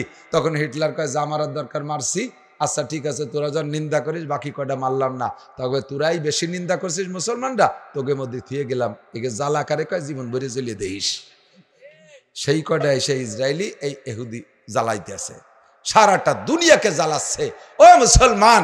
আর এর সাথে এসে দাঁড়াইছে নাসারা, আমেরিকান জো বাইডেন সহ পশ্চিমেরা, ওরা খ্রিস্টান।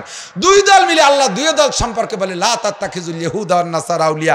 ডাইরেক্ট কোরআন শরীফে দুই দলের নামই বলে দিয়েছে। আল্লাহ হিন্দুর নাম কয় নাই, আল্লাহ বুদ্ধকে নাম কয় নাই, ওই দুই জাতির নাম কয়ে দিয়েছে ইহুদ নাসারার বন্ধু বানাইস না। আপনারা যদি মুসলমান হন, আল্লাহর প্রতি যদি গভীর বিশ্বাস থাকে, আমার পর্দার আড়ালের মা বোনরা, আমরা দেশি পণ্যের উপরে কনাআত করব। আমাদের দেশি পণ্যই যথেষ্ট। আমাদের নিজস্ব ইন্ডাস্ট্রি থেকে যে যে পণ্য তৈরি হয় আমরা ওগুলো ব্যবহার করব। ইসরায়েলের কোন মাল আমরা ব্যবহার করব? প্রতিজ্ঞা করা যাবে? বলবেন যে আমরা ওকে একটু সোনো ক্রিম কিনি, বাদ দিলি ওকে কি লস হবে? আরে কিছু লস না হলেও কিছু লস হবে। আপাতত এই কয়েকদিনের ভিতরে যতটুকু ওদের পণ্য বর্জন করছে মুসলমান, তাতেই ওদের অর্থনীতিতে 15% 10 নামছে। এভাবে আমরা সারা বছর যদি না নেই, তাহলে 15 মাসে 15% কমলি পারা শেষ মাসে থাকবে নাকি? একেবারে জিরোতে চলে যাবে ইনশাআল্লাহ। সাথে সাথে জিরোতে যার আরো লাইন হয়েছে। এদিক দেখেন, এই গাজার মুসলমানরা এতটুকু একটা ক্ষেপণাস্ত্র ছাড়ে, এতটুক দেখছেন না? ওই যে মশলা বাটে যেটা ধরে কি কয়, পুতা নাকি পুতা, যে দেশে আবার কতি ভয় লাগে, কি কতি তার তর্জমা কি হয় তা আল্লাহ জানে। ঠিক আছে তো? এই পাটা পুতা শিল যেটা, এই শিল যতটুক অতটুকু একটা ক্ষেপণাস্ত্র মুসলমানরা মারে। আর এইটারে ঠেকানোর জন্য ইসরায়েল 2টা ক্ষেপণাস্ত্র মারে আয়রন ডোম দিয়ে, যার 2টে এই মুসলমান যেটা মারে, মুসলমানরা গাজার মুসলমানরা ফিলিস্তিনরা, এর দাম মোটে $300। কত? 24,000 টাকা। এইটারে ঠেকানোর জন্য ওরা যেটা মারে, এটা 2টে মারা লাগে, কারণ একটা যদি মিস করে আর একটা কাজ করবে। এই 2টের দাম $1,20,000। $300 একটারে শেষ করতে $1,20,000 খরচ। তাতে আবার কোনটায় পারে কোনটায় পারে না। একবার বেরোয় গেছে যখন ওই ক্ষেপণাস্ত্রের ধ্বংস করতে পারে নাই, ও কি আস্ত ফিরে আসে নাকি? ও শেষ হয়ে যায়। চিন্তা করতে পারেন? তাহলে এইভাবে ওকে অর্থনীতি যাচ্ছে, আর স্বীকার করে না। কত বড় নেমকারামে যাক, মায়ের খাইও স্বীকার করে না। দুমসা মায়ের খাচ্ছে, শুধু মিডিয়ায় জানতে দেয় না, স্যাটেলাইট বন্ধ করে রাখছে, খবর আসতে দেয় না। ঠিক আছে, আমাকে জানার দরকার নাই, তোরা মরিয়ে সার। অনুমতি দিলাম, তোরা মরিয়ে সার। কথা কর না কেন? তোকে অনুমতি দিলাম, তোরা মরিয়ে সার, আমাকে জানানোর দরকার নেই। ঢোক কানার ভিতরে, গর্তের মধ্যে ঢোক। গাজার মুসলমানদের ইঁদুর শেষার মতো শেষে ছেড়িয়ে দেবে। আর বাংলাদেশের থেকে দাওয়াত দিচ্ছি, পাল্লি আয়। বাংলাদেশের আহিয়ালাবাসের বাড়ি তো খাও নাই, মহিলাদের বটির কোপে শেষ হয়ে যাবে। কথা কর না কেন? আমাকে পুরুষকে লাগবে না, মহিলারা বটিতে কোপায় শেষ করে ফেলাই দেবে। বাগানের মধ্যে কোপ তো খেয়ে দেওয়া নাই, কিরম লাগে। ফাঁকা জায়গা সরের পর পোলাপানকে পাইছো, মাইরে সাফ করতেছ, বেটা মানুষের কাছে যাইতে পারো নাই। ওরা অভিশপ্ত। আল্লাহর রহমতে এবার হারবে ইনশাআল্লাহ। এবার ওদের ভিটে ছাড়া হতেই হবে ইনশাআল্লাহ। আপনারা একমত আছেন না? আমি মাঝে মাঝে বলি, অনেকে আছে বাংলাদেশে বৈশেও মুসলমান হইয়া তারা ইসরায়েলের দল নেছে। যেমন ওই পশ্চিমেরা কয়টা আছে, অর্থের লোভে, পদের লোভে, টাকার লোভে ইসরায়েলের দল নেছে, আমেরিকার দল নেছে, সৌদি আরব বলে 1 নাম্বার। আল্লাহ তাআলা ওদেরকে উপযুক্ত শায়েস্তা করে ফেলতে এতদিন, শুধু রসুল যদি ওদের দেশে না ঘুমায় থাকতো, কাবা ঘর যদি না থাকতো, আল্লাহর নবী যদি মদিনায় দাফন না হইতো, তাহলে এই কয়দিন এতদিনের ভিতরে এই সৌদি আরব আলারা শেষ হয়ে যাইতো। এত বড় দুর্নীতিবাজ রসুলের দেশে সিনেমা হল বানাইছে। ভারতের শ্রেষ্ঠ 6 জন সাধুর একজন সাধুরে নিয়ে সৌদি আরবে বিশাল মন্দির বানাইয়া সে জায়গা তারা পুজো পাঠ করে। আমেরিকার জো বাইডেন রে কাবা ঘরের পাশ দিয়ে ঘুরাইছে এই সালমান, মোহাম্মদ বিন সালমান। ওরে ওই জায়গা যদি পোলা পানো থাপড়ায় মারিয়ে ফেলা যেত, তাহলে জাতিসংঘের কোর্টে মামলা হতো না। কারণ 22 কিলোমিটারের ভিতরে কোনো কাফের ঢুকার অধিকার নেই, কোনো ইহুদ নাসারা ঢুকতে পারবে না। একে যদি কেউ মেরে ফেলে, তার নামে কোনো মামলা হবে না, কোনো বিচারও হবে না। ওই জো বাইডেন প্রেসিডেন্ট, কি বলে এর আগে ডোনাল্ড ট্রাম্প রে কাবা ঘরের পাশ দিয়ে ঘুরাইছে এই মোহাম্মদ বিন সালমান। সেই থেকে খোদার গজব শুরু হয়েছে। এর কারণে করোনা ছেড়ে তারপরে এই করোনায় পুরো সৌদি আরব, মক্কা মদিনা খালি হয়ে গেছে। ওই বদমায়েশ গেজালায় পদের লোভ, নারীর লোভ, যাইয়ে বারবার আমেরিকা যে বসে থাকে, ওই দেশের সুন্দরী বিটিকে ফ্রি করে দিছে, খাইয়ে দিয়ে এটি চলে আসে। এই জন্য বস্তা বস্তা তেল আর বস্তা বস্তা টাকা দিস। মিজাজ গরমে যে কি দিয়ে কি কবটের পাইনি, আমি ভাষা খুঁজে পাইনি। আল্লাহ তাআলা ওদের মতো জালেমদের হাত থেকে মক্কা মদিনাকে আগে হেফাজত করুক, বলেন আমিন। সারা বিশ্বের মুসলমানদেরকে এক হওয়ার তৌফিক দান করে বলেন আমিন। আল্লাহু আকবার। তো আমরা আল্লাহর কাছে চাইছি কি, আল্লাহ তুমি আমাদেরকে অভিশপ্ত জাতি আর পথভ্রষ্ট জাতি দলভুক্ত আমাদেরকে করো না, তাদের থেকে বাঁচাও। বলেন আমিন, বলেন আমিন। সূরা ফাতিহা পড়ার পদ্ধতি বুঝছেন তো? প্রত্যেকটা এখন যদি এই প্রত্যেকটা আয়াতের পরে আল্লাহ তাআলা জব দেছে লাস্টে ইহদিনাস সিরাতাল মুস্তাকিম সিরাতাল্লাযীনা আনআমতা আলাইহিম গায়রিল মাগদুবি আলাইহিম ওয়ালাদ-দাল্লিন, তিনটা আয়াত পড়ে ছেড়ে দেওয়ার পরে আল্লাহ প্রত্যেকবার বলছে ওয়ালি আব্দি মাসাআলা, ওয়ালি আব্দি মাসাআলা, ওয়ালি আব্দি মাসাআলা। ও বান্দা তুমি যা চাইছো তা তোমারে দিয়ে দিলাম, যা চাইছো তা তোমারে দিয়ে দিলাম, যা চাইছো তা সব তোমাকে দিয়ে দিলাম। এখন আপনি যদি সূরা ফাতিহা নামাজের মধ্যে এক নিঃশেষে পড়িয়ে ফেলাই দেন, তাহলে আল্লাহ মাঝে মাঝে যে জব দেশে সে জব দেওয়ারই তো ভাগ পায় না আল্লাহ। আলহামদুলিল্লাহ রাব্বিল আলামিন রহমানির রহিম গায়রিল মাগদুবি হঠাৎ দল্লিন, মাঝখানে আল্লাহ কিছু করতে সুযোগ পারল না। তা আল্লাহ কইলে কি আল্লাহর সময় লাগে নাকি? আল্লাহ কয় হ্যাঁ আমার এই জায়গায় সময় লাগে, আমার এই জায়গায় সময় লাগে। আমি তো নিয়ম শিখাই দিচ্ছি, উল্টো পড়বি কে? নামাজের ভিতরে কেরাত খুব খেয়াল করে পড়তে হবে। আরে ভাই এমনি পড়েন, তবে সূরা ফাতিহাটা এভাবে একটু পাতলা পাতলা করে পড়বেন। সূরা ফাতিহা আলহামদুলিল্লাহি রাব্বিল আলামিন আর রহমানির রহিম মালিকি ইয়াউমিদ্দিন ইয়্যাকা না'বুদু ওয়া ইয়্যাকা নাস্তাঈন ইহদিনাস সিরাতাল মুস্তাকিম সিরাতাল্লাযীনা আন'আমতা আলাইহিম গায়রিল মাগদুবি আলাইহিম ওয়ালাদ-দাল্লিন। আমিন। প্রত্যেক আয়াতে আয়াতে আল্লাহ পাক জব দেয়। বিসমিল্লাহ সহ 7টা আয়াত আপনি পড়ছেন, জান্নাতের মধ্যে 8 তালা দালান হয়ে গেছে। সাথে আপনি ইন্না তাইনা পড়ছেন 8 আর 3 11 তালা, সাথে কুলুস সূরা পড়ছেন, আর আছে 4 রাকাত 4 আয়াত, এসে সূরা ইখলাসে 4 আয়াত, 11 আর 4 15 তালা। এর সাথে নাস পড়ছেন, নাসে আছে 6 আয়াত, বিল্ডিং হয়ে গেছে 21 তালা। এর সাথে ফালাক পড়ছেন, ওতে আছে 5 আয়াত, বিল্ডিং হয়ে গেছে 26 তালা। যতগুলি আয়াত কোরআন শরীফে পড়বেন জান্নাতের মধ্যে ওই যে বিশাল জায়গা মনে আছে নাকি? বিশাল জায়গা আপনাকে দেশে, এইটা আপনি ভরবেন কি দিয়া? আরে ইমানের দ্বারা আপনি জান্নাতের জমি কিনছেন, আমলের দ্বারা জান্নাতের মধ্যে আপনি বাগান সাজাইবেন, তিলাওয়াতের দ্বারা বিল্ডিং বানাবেন, জিকির ফিকিরের দ্বারা গাছ লাগাইবেন। একবার যদি বলেন সুবহানাল্লাহ, বলেন বলেন, এখনই জান্নাতের মধ্যে একটা গাছ লাগানো হয়ে গেছে, আরেকটা হয়ে গেছে, আরেকটা লাগানো হয়ে গেছে। রাতভর বলবেন আর গাছ লাগানো হইতে থাকবে। আরে গাছের সিস্টেম কি জানেন? জান্নাতের গাছের গোড়া কিন্তু মাটিতে না, উপর দিক, আর মাথা নিচের দিক। কয়ে কি মিথ্যে কথা কয় কেন? গাছে উপরে কার সাথে লাগায়? উপরে কার সাথে লাগায়? মাটির সাথে গোড়া না হলে ফেরা কোনো গাছ হয়? বাংলাদেশও আছে এরকম গাছ, যেই গাছের গোড়া মাটিতে নাই। কুল গাছ, বড়ই গাছের মাথায় স্বর্ণলতা দেখছেন না? ওর গোড়া কি মাটিতে আছে নাকি? তার চেহারা কম, আমার আপনার সাথে চেহারা ভালো, বেশি ভালো ঠেলোর নামই দিয়েছে স্বর্ণলতা, স্বর্ণের মতো চেহারা, তার গোড়া মাটিতে নাই। সে যদি দুনিয়ায় ফাঁকা চাকা হইতে পারে, তাহলে জান্নাতের মধ্যে গাছ হইতে পারে কি পারে না? জান্নাতের গাছের গোড়া উপর দিক, মাথা নিচের দিক, ফলে ফুলে ভরা। ভিতর দিয়ে হাঁটা দেবেন, নাকে মুখে ধাক্কা লাগবে, কোনো ফলে খুশা নাই, সিলে খাওয়ার জন্য সময় নষ্ট করা লাগবে না, খালি কামড় দেবেন আর খাওয়া হয়ে যাবে। কন্যা সুবহানাল্লাহ। জান্নাতের গাছের মাথা নিচের দিক, গোড়া উপর দিক কেন? দুনিয়ার গাছের গোড়া নিচে লাগাইয়া মাথা উপরে দিয়ে দেখা গেছে তোমরা নিয়ম ঠিক রাখতে পারো না। কি নিয়ম? গাছে উঠতে গেলে পরে একেবারে কাঁচা দিয়ে ওঠো, বেস্তের মধ্যে কোনো কাঁচা দিয়া দিই না। এই জন্য গাছের গোড়া উপর দিক, মাথা নিচের দিক, যাতে ফল ফার্তি কাঁচা দিয়ে না লাগে। দুনিয়ার গাছের মাথা উপরে, গোড়া নিচে, তাই চোরে নারকেল নিয়ে যায়। আপনাকে দিক নাই নাকি জানি না, চোরে নারকেল চুরিয়ে রেখে, খেজুর গাছের রস চুরিয়ে রেখে বেলায় দেয়। আর এই গাছের মাথা যদি নিচে হতো তো রস চুরিয়ে রেখে ঢিলের মধ্যে পায়খানা করে দিত।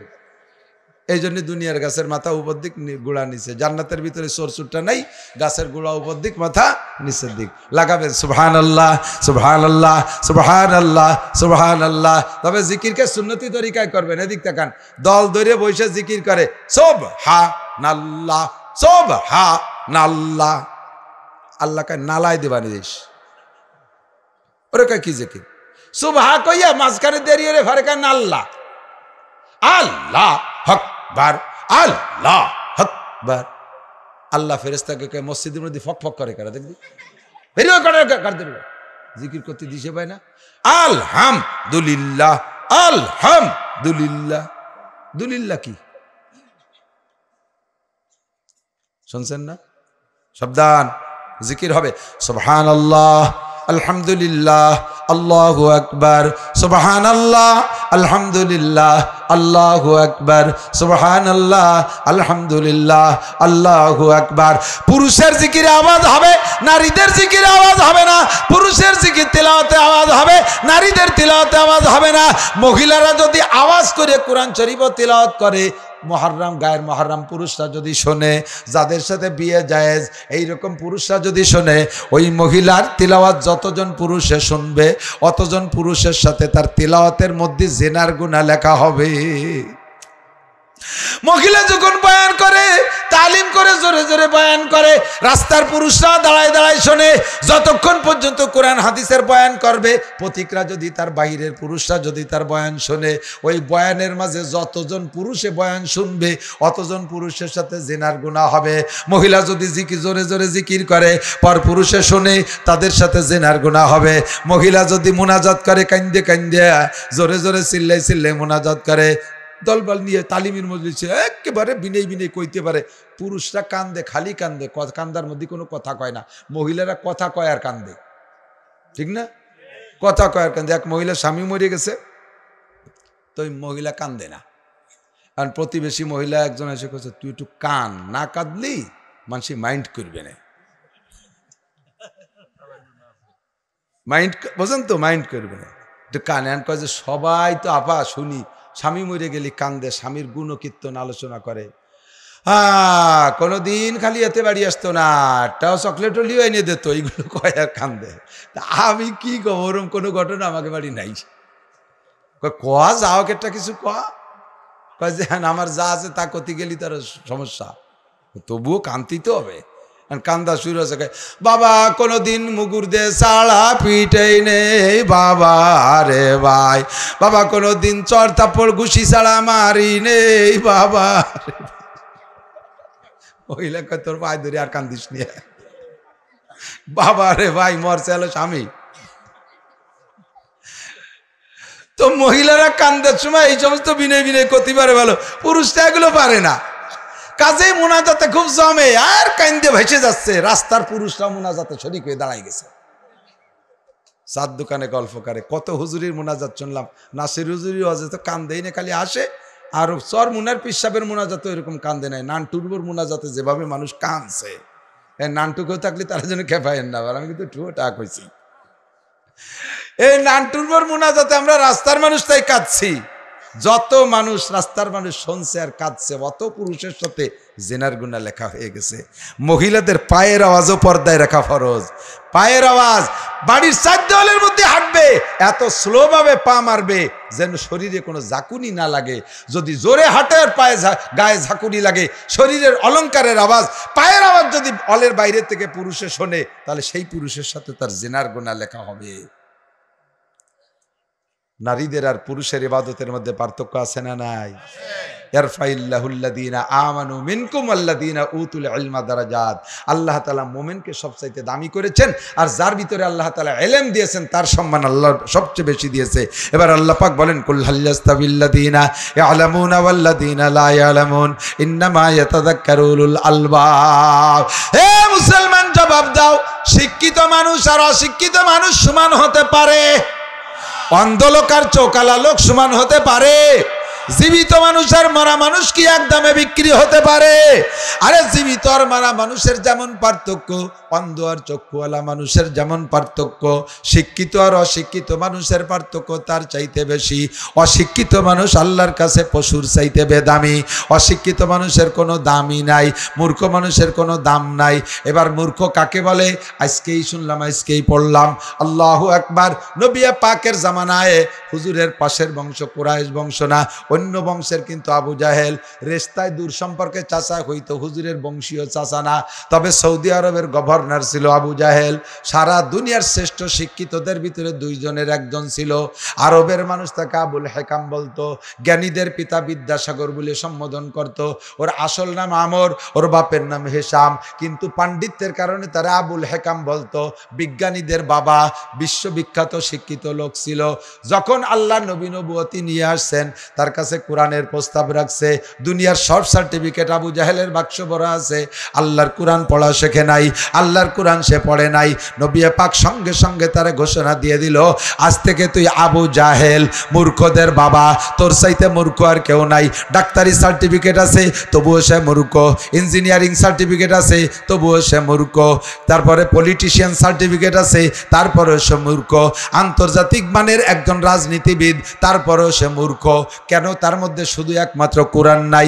IABM সব আছে, নাই শুধু কোরআন। আল্লাহর কোরআন যার মধ্যে নাই, সে লোকটা যত বড় পণ্ডিত হোক আল্লাহ আল্লাহর রসুলের কাছে মূর্খ। যা কিছু শেখো আর না শেখো, আল্লাহর কোরআনটা পড়া শেখো। মাঝে মাঝে বলি, কোনো কোনো সময় আসে, আবারও বলি, এক জেন্টেল শিক্ষিত ভদ্রলোক, আমার দিক, এক জেন্টেল শিক্ষিত ভদ্রলোক, বড় অফিসার, নদী পার হবে, প্রসেস বেঁধে গেছে, একটা নদীর উপার যাইতে হবে। ওই নদীতে উনি সচরাচর যায় আসে না, আজই প্রথম। তো খেয়া ঘাটে আসলে, খেয়া কয় তো নৌকা পার হয়, গুদারা খেয়া, তো খেয়া ঘাটে আইসা দেখে যে নৌকা আলা খেয়া আলা উপার, এই পার ভদ্রলোক একা, আর কোনো যাত্রী নাই। তো ও উপার বসে, রোদের মধ্যে বসে, এই মাথায় টোপা দিয়ে বিড়ি খাচ্ছে, সিগারেট খাচ্ছে, বিড়ি খাচ্ছে, হুক্কা খাচ্ছে। এখন এই ভদ্রলোক এই পারের থেকে ওকে ডাকতেছে, ওহে কর্ণধর, তরি তরে তরাও, খুব এন্ট্রান্সের সাথে, ওর ছাতায় ও শোনে না, ডাইকেই যাচ্ছে, ও বিড়ি খাইয়েই যাচ্ছে, কোনো কর্ণপাত করে না। এখন এই পাশের থেকে একজন পাবলিক এসে বলতে, স্যার কি ব্যাপার? তো বলতেছে, আমি উপার যাব, কর্ণধরকে ডাকছি, তা ও কর্ণপাত করছে না। স্যার ওভাবে ডাকলে হবে না, ওর ডাকার ভাষা আলাদা। দাঁড়ান, আমি খেয়াল নিয়ে দিচ্ছি। আমাকে বেটা আমক, উপার বসে তোর বাপের এই হতেছিস, বাংলা কয়ে দিছে, তাড়াতাড়ি আয়, স্যার উপার যাবে। কলি চলি আইছে। ভদ্রলোক আশ্চর্য, এত ভালো বাংলা, এত সুন্দর করে বললাম, খেয়া আনতে পারলাম না, তাহলে তো আমার লেখাপড়া না করে বকানি শিখাই দরকার ছিল। খুব নিজে নিজে ধিক্কার দিচ্ছে যে কাজটা করলাম, IABM পাস করি, কলো কি খেয়া আনতে পারলাম না, বসে রয়েছে। এরপরে আসছে খেয়া, নৌকায় উঠছে, কদ্দূর যাওয়ার পরে খেয়ালাকে উনি ইন্টারভিউ নিয়ে শুরু করছে। ও হে কর্ণধার, তুমি কি বাংলা লেখাপড়া জানো? কয় স্যার বাংলা যদি একটু জানবই, তাহলে কি আমি খেয়া বাইয়ে খাই, তাহলে তো একটু কিছু চাকরি বাকরি একটা কিছু করতে পারতাম। কয় তুমি বাঙালি হয়ে বাংলা জানো না, তাহলে তোমার জীবনের চাইরা নাই মিশিয়ে, চাইরে নাই, তোর চাইরে না দাম নাই। কদ্দূর আগে বলতে, ও হে কর্ণধর, তুমি কি অঙ্ক জানো? কয় স্যার অঙ্ক যদি একটু জানতাম, আর বাংলা একটু জানতাম, তাহলে তো আমি গার্মেন্টসও নিয়ে চাকরি রেখাতে পারতাম, আমি কি রোদির মধ্যে খেয়া ভাই? তুমি বাংলা অঙ্ক জানো না, তাহলে তোমার জীবন আটা নাই মিশিয়ে, আটা না নাই। এন খেয়ালা করছে, আল্লাহ কোনো মতো নামাতি পারলি বাসি, ও তো মিশে হতে হতে আটা নাই দেশে 16 আনাই শেষ করি দিন, আমি কি আল্লাহ জানে। মাঝ নদীতে যে বলতেছে, ও হে কর্ণধর, তুমি কি ইংরেজি পারো? কয় স্যার আমার বংশের মধ্যে কেউ ইংরেজিতে আলিফও জানে না, ইংরেজি জানলি বেড়াতে আমি এই রেখে বেড়াই নাকি? তাহলে তোমার জীবন 12 আনাই মিশে, বাংলায় চাইরে না, অঙ্কে চাইরে না, ইংরেজিতে চাইরে না, তে চাইরে 12 আনাই মিশে। চুপ করে রয়েছে, আল্লাহ আর কিছু না কয়। এর মধ্যে ছাড়ছে ধুমসা মেঘ, ঝড় ছাড়ছে, ডিউ সেরকম করে আসতেছে। এখন এতক্ষণ তো খেয়াওয়ালা বাইছে নৌকা, এখন না বাইয়ে বইটে ডিল ছেড়িয়ে দিছে। এখন বলতে, ও হে কর্ণধার, তাড়াতাড়ি নৌকা বাও, আকাশে মেঘ করেছে, নৌকা ডুবে যাবে। খেয়াল কয়, স্যার ডুবে গেলি কোনো অসুবিধা নাই, সাঁতার কাটিয়ে কিনারে উঠে যাব। আমি তো সাঁতার কাটতে পারি না, ডুবে মারা যাবো। কয় তাহলে তোমার জীবন 16 আনাই মিশে। আমি ঠেকছি 12 আনাই যাইয়া, তোর জীবন 16 আনাই মিশে, কথা কর না কে? আরে নৌকো ডুবে গেলি আমার 12 আনা যাই যাক, আমি সাঁতার কাটতে পারি, 4 আনাই দিয়ে পাড়ে উঠে যাব। তোর 12 আনা ঠেকাতে পারবে না, তুই মরিয়েছি তো থাকবি, তোর বুড়িটা শগুনি খুশি খুশি খাবে। তোর ইংরেজি বাংলা অঙ্ক নদী পার হতে পারবে না, কথা কর না কেন? IA পাস, BA পাস, MA পাস, ডাক্তার, ইঞ্জিনিয়ার, ফুলসিরাতের নদীর মধ্যে পড়িয়ে পড়িয়ে মরিয়ে থাকবি, পাড়ে উঠতে পারবি না। খালি কোরআন পাস, পার হয়ে উপর চলে যেতে পারবি, কথা কর না কেন? কোরআন পাস তো 16 আনা পাস, কোরআন ফেল তো 16 আনাই মিশে।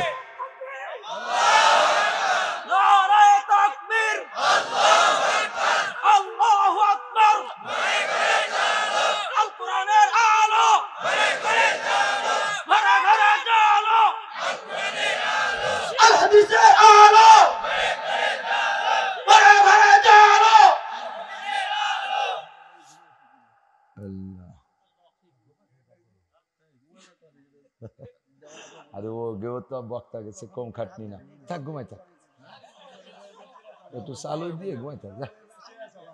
ছোট ছোট মানুষ কয়দিন পারে, ঘুমালি রাগ করে, ঘুমা, আর ঘুমাবে না রে। আল্লাহ, আস্তাগফিরুল্লাহ। তাহলে সবচাইতে শিক্ষিত কে? যে কোরআন জানে সে। কথা কন। কোরআনে মানুষকে যেভাবে দ্রুত দামি বানাইতে পারে অন্য কোন বিদ্যায় তা পারে, ঠিক না? আমি আমারে দিয়ে খুশি হই। আমার গোপালগঞ্জে কত বড় বড় অফিসার আছে না, আর পুলিশের তো কারখানা। যে থানায় যাব সেই থানায় গোপালগঞ্জের ওসি, সেকেন্ড অফিসার, বাগা বাগা বড্ডা বড্ডা সবই গোপাইলে পুলিশ। কয়জন রে চেনেন? কয়জন রে চেনে? একমাত্র প্রধানমন্ত্রী ছাড়া বর্তমানে গোপালগঞ্জের এমপি কে তাও সবাই জানে না। গোপালগঞ্জের এমপি, মন্ত্রী, অন্য যত বড় যে হোক না কেন, আল্লাহর রহমতে আমার চাইতে বাংলাদেশে বর্তমানে পরিচিত কেউ নেই গোপালগঞ্জে। সব ফেল আমার কাছে। আমি তো আইয়ে বিয়ে কিচ্ছু পাস না, এ পাশ ও পাশ, খালি শুধু কোরআন পাস। আল্লাহর কোরআন পড়ে সারা বাংলাদেশে আমি পরিচিতি পাইছি। আরে জেনারেল পড়লে এই মর্যাদা আমি পাইতাম না, যত বড় অফিসার হয়ে এই মর্যাদা আমি পাইতাম না, ঠিক কি ঠিক না? বিশ্বের যে কোনো এয়ারপোর্টে নামলে, যে কোনো এয়ারপোর্টে নামলে আমার কিছু কিনে খাওয়া লাগে না। সব এয়ারপোর্টে আমার ভক্তবৃন্দ আছে, যেখানে যাই কোনো জায়গায় দিয়ে কিছু কিনে খাওয়া লাগে না। দোকানদার একদম ফ্রি করে দেয়, আবার সাথে যারা দেখছে তারা কয়, দোকানদার তুই আর একদিন ফ্রি হয়ে যাস, সেটা আমি দেবো। বাড়িতে বেরোনো পরে এ পর্যন্ত কিছু কিনে খাওয়া লাগে না। আল্লাহ আমি এসছি আর কি চাই কন, দুনিয়া এসছে কি চাই? আল্লাহ তাআলা যদি আমার ইমান আমলটা ঠিক করে নিয়ে যাওয়ার তৌফিক দেয়, হাদিসে আসছে ইয়াশফা ইয়াউমাল কিয়ামাতি সালাসা, হাসরের মাঠে 3 জন অফিসার সুপারিশ করতে পারবে মানুষকে। 3 জন অফিসার। কয়জন? ডিসি, এসপি, টিওনো। হ্যাঁ, 3 জন। এই 3 জন নাকি? 1 নম্বরে আম্বিয়া, নবীরা। 2 নম্বরে আল উলামা, আলেমরা। 3 নম্বরে সুহাদা, শহীদরা। এই 3 জনে সুপারিশ করতে পারবে। তো যদি আমি আমাকে ঠিক করে নিয়ে যাইতে পারি, তাহলে কিয়ামতে আমি সেকেন্ড অফিসার, নবীরা প্রথম ফার্স্ট গেজেটেড অফিসার, আমি সেকেন্ড অফিসার। দুনিয়ায় খাইলাম জন্মের খা, আখিরাতে যদি পজিশন পাই, এটা তো কোন আইয়ে বিয়ে দেয় না, এটা তো আমি কোরআন দিয়েই পাইছি। দেখেন, ছেলেরা লেখাপড়া যাই করুক, ইংরেজি বাংলা যাই করুক, খুঁজতে যে ভালো মেয়ে খুঁজতে গেলেই তারা কয়, আমাদের সাথে যোগাযোগ করে, হুজুর দেশে তো এখন যথেষ্ট মহিলা মাদ্রাসা, আমি একটা মহিলা মাদ্রাসাতে একটা মেয়ে আমারে খুঁজে দেন, বিয়ে করব। তুই তো কলেজে পড়িস, কলেজের মেয়ে বিয়ে কর। ওর মধ্যে কিছু নাই হুজুর, কিছু নাই, জানি কিছু নাই, ও খালি মেয়ে রয়েছে, ওর মধ্যে কিছু নাই। কথা বল। তাহলে দিনদার মাইয়েরে স্কুল কলেজে বিশ্ববিদ্যালয়ের ছেলেরাও পছন্দ করে, তারাও খোঁজে এই জায়গা।